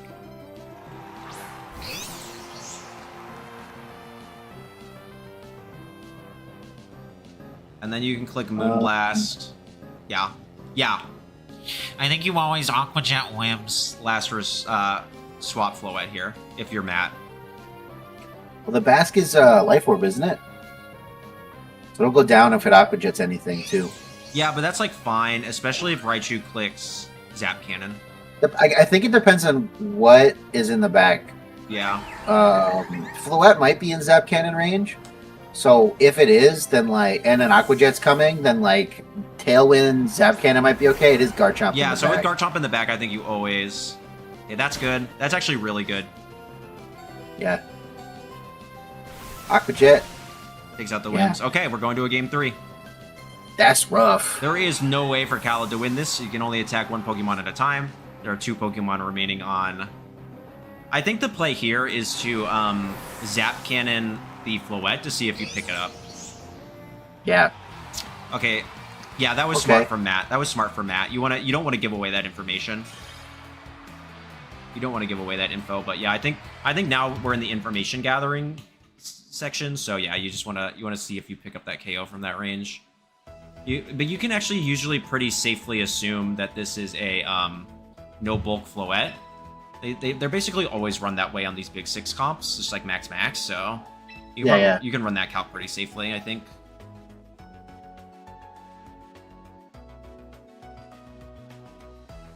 We're going to game 3. Woohoo! My watch died. Sad. I charged mine earlier, so it's okay. I left for work at 6 a.m. this morning, and so Gross. Yeah. Sure was. Okay, so Matt, so it's been the same lead for Do both. you think we see the same leads again? I feel like whoever wins this game might be the person who switches up their lead here. Yeah, but it's like, how do you switch it up? That's my question. It was like an event move in Sword and Shield. Yeah. Sing Raichu. Yeah, but I don't think it's Or it allowed. was Sing Pikachu, but... Okay, same lead, different... Oh! Ooh. This is a pretty good lead. Yeah, for Cal. I mean, like... Tailwind Heat Wave is, like, so free. I mean, honestly, he could even just, like, fake Tears the Floette and Heat Wave. Yeah, true. He doesn't need Tailwind this turn. Well, you don't want to get Encored next turn into Fake Tears. You want to be able to match the speed control. Yeah, but nothing's threatening the Charizard, I guess is what I'm saying. Yeah, but I think you can play it safer just by... Unless this is like a Light of Ruin, maybe? I don't know. We have seen that Matt really likes to click Light of Ruin, so... Yeah, I think, I mean, just like some status move with Whimsicott plus Heat Wave is like so free right now. And there's like not really anything Matt can do about it. So there's a Tailwind. Or even just like, I mean, you could just like double Whimsicott too and get rid of it right now. Okay, so there's the Dazzling Gleam. How much does this do? And it looks like Whimsicott did click an attacking move. It didn't Tailwind Yeah, this so maybe turn. it's Moonblast Heat Wave into the Whimsicott. Yeah, it's just a pick. And then that's a good play. I like that. Yeah, you are also offsetting your Tailwind by a turn, and the Heat Wave does double connect. How much does this do to Floette? A little under half. Makes sense. It wouldn't have quite picked up with Fake Tears. No. Unless it's a roll. It could be a roll with Fake Tears, I think. So who comes Like, in here, right? technically. Garchomp, right? Is my guess. Gonna bring in Garchomp on Matt's side. And then I think you just, like, what? Swap Charizard. Yeah, there it is. But what do you go into? Nothing. Swap it into what? Yeah, nothing really wants to take a D-Gleam Rock Slide right now. I guess you could protect. Maybe you just, like... Protect Tailwind? Well, Whims doesn't protect. But yeah, I think Protect Tailwind would be an okay play. Oh, I see what you do here. You go and then you bring in the Ninetales. Yeah, and you click Heat Wave, Heat Wave Blizzard. Or Weather Ball Blizzard at that point, actually, so to guarantee no miss into the Floette. I don't know if that double up will pick up. It'd be Ice type Weather Ball, so yeah, maybe not. Maybe not. I don't know if it would pick up or not. I think you could click. I guess you click Air Slash. I think you have to click Heat Wave. I don't think it has Air Slash. Oh, it does. I'm looking at it. Okay. No Solar Beam. Air Slash. Yeah, there's the Ninetales. Yeah, I think you click either Weather Ball or Air Slash. I don't think you click Heat Wave to not risk the miss, but it's like... Yeah, because probably Air Slash does, but Air Slash can miss, but it is more likely to hit than Heat Wave is. And there's just like no... I don't know, this is really bulky Chomp, but it's modest. It's modest, Alola Ninetales, so Garchomp can actually live Timid Ninetales if it doesn't have enough investment, just because a special attack is so bad. It's only like a base 85 special attack, but at modest, I don't see a world where... This is probably just like max Ninetales. Yeah. Garchomp protects. Yeah, that's fair. Unless this is like a Light of Ruin into the Ninetales, right? To pick it up? Yeah, it could be. It could get frozen, though. Don't speak that into existence. Yeah, there it is. It probably goes down after the whatever Charizard clicked, though. But then who's in the back then? They Mega Zard. If it's Basculegion... If it's Bask, it might be okay. Because, yeah, then you can just protect Last Respects, right? It was Air Slash. So who's their last Pokemon? Is it Bask on both sides? Yeah. Yeah. How many more turns of Tailwind are there? I think this is the last one for somebody. Yeah. So everybody has Protect right now? Yeah. Yeah, so I mean, like, Callie can double protect here, but then Matt can just double protect the following turn, so going for a double protect on either side doesn't really do anything, but we saw that Matt's Basculegion was faster. Yeah. I don't know. Well, they could have speed tied. We've only seen them both on the field at the same time once. Yeah, they're both adamant. Normally they'll run pretty similar spreads for Mystic Water and Life Orb, so it could be guaranteed, but it could also be a speed tie. When you get to these like boosting item spreads, they're like similar but never the same. Okay, so hopefully for a Rock Slide, no protects. Miss, maybe. Man, I guess if you win the speed tie on this Bask, you might be okay. Yeah, but he doesn't. Nope. Dang. Yeah, I mean, a crit did not matter. But yeah, so I think maybe it was always protect, but then Garchomp can always protect, and you're in a similar position. Yeah, but I think I don't know. I think I would have protected Charizard and gone for the Last Respects if I was gonna like attack. Yeah, because if you don't, because it could have been a speed tie. It might not have been, but it could have been a speed tie. You could have also So that's GG's. Right? Yeah, that's the third game. Yeah, that's it. So yeah, our winner today is MattPode3. MattPode is the winner of the Thavorian Trials 6. Good job. But yeah, I think Khaled was just in a really tough position there. Yeah, the Light of Ruin into Ninetales was pretty rough. guess he could have like switched it, but Light of Ruin probably would have killed Basket Legion too. So he kind of just needed a freeze, I guess. He needed a freeze or needed Garchomp to not click protect. Yeah, I mean, I guess in theory, like you can sack Basque, go, like let that go down, go Ninetales, and click freeze dry, air slash, go for the flinch freeze dry. I think is another valid like sequence you one could more do. turn of Tailwind. Right, but you would freeze dry into Garchomp to KO it. Oh, I see. Yeah, so you would freeze dry Garchomp, KO it. But then Floette gets to move before Charizard again, and then you're in the same spot. No, this would be after Floette. You would sack. Floette didn't die. Did it die from the recall from Light of Ruin? Yeah, it did. Okay. So you would sack. So you would hard swap Ninetales out to Basque Legion on the Light of Ruin. Sack Basque Legion, take out Floette. Then it's Basque Garchomp versus Charizard Ninetales. You can go freeze dry into Garchomp. If they get a double protect, you lose, but you have to play that risk. And you go for air slash into Basque Legion. If you flinch the Basque Legion, you win. You win the game on the spot. If Basque Legion attacks into Garchomp, into Charizard, you have another opportunity to win as long as freeze dry picks up the following turn, which it should with air slash chip plus the Life Orb chip. I think you win the game there. And then if they go into Alolan Ninetales, I guess it just depends on how much damage air slash is doing, but you just need to crit them. Basically, you need to crit them a couple times. Flinch them like once or twice in order to win the game. But yeah, so I think. Well, no, the Ninetales would have eaten whatever attack from Basque. It would have eaten one attack, I think. A Life Orb, 200 base power, last respects. It wouldn't have been 200 base power. Yeah, because Garchomp would have gone down. Garchomp would have gone down by the time it moved. It could. It's possible that it could, but we don't know what the spread on the Ninetales is. I'm sorry. There's no way. Not Life Orb. Life Orb, Adamant, Adaptability boosted, 200 base power, last respects. There's no way. Well, it's getting the Snow defense boost. I got you. Hang on. We're going to assume... If it's max, maybe not. But if it has like a little bit of bulk, I think it could probably eat one from full health. So most of these... So if we go for standard spreads... I am like 100% certain it doesn't live. But let's go...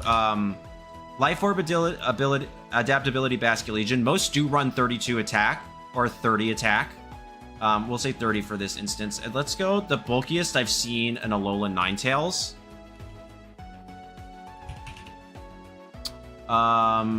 Which is the one that I've run before.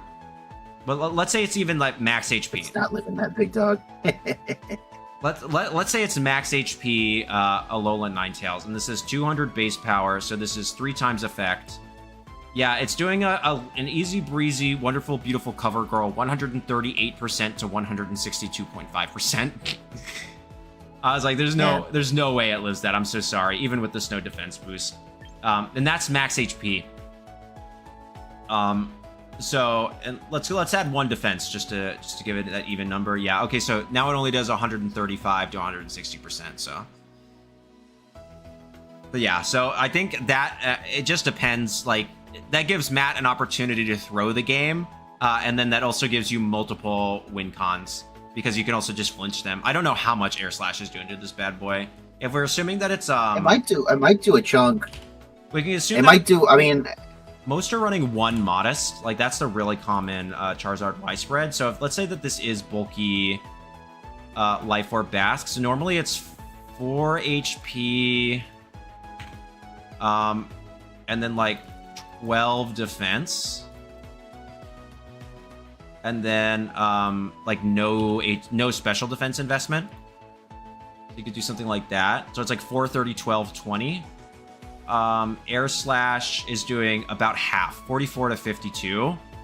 So with the Life Orb chip, 2 do pick. I think what that does, yeah. So you have a chance for after Life Orb chip to hit KO.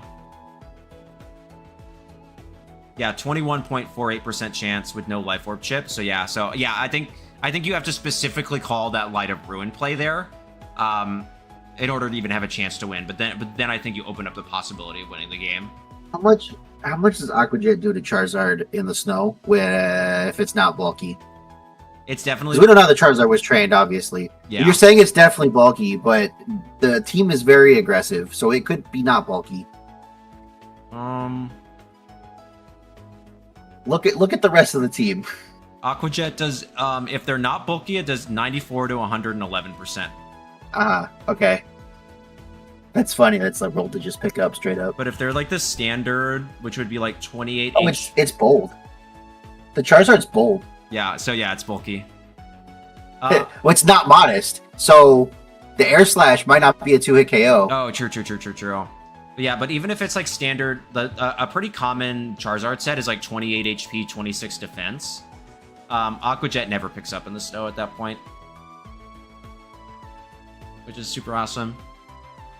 Yeah, sorry. Now we're geeking out, like, very specifically on the calcs, but everybody played super well. They should be really proud of the way that they did that. Thank you all for joining us. That is the end of the tournament. It is now 11:40 p.m. Andy, do you have anything you would like to say before I call the end? Think I have anything to add? No, nothing good. Why do you play with your hair so much? Because I am riddled with mental illness and anxiety, and I have done it my whole life. And people tell me I should stop, and I'm gonna let you know now it's not happening. I don't even know I'm doing it. It's not happening. So that's why. All right, thank you all so much for joining us today. I had a ton of fun. Andy, thank you for joining me again. I really appreciate you. Thank you all so much for watching. I'll see y'all for tomorrow for a video and maybe another stream where we shiny hunt Simipour. Yeah, y'all are amazing. I hope you know that you're appreciated, and we'll talk to you later. Bye-bye.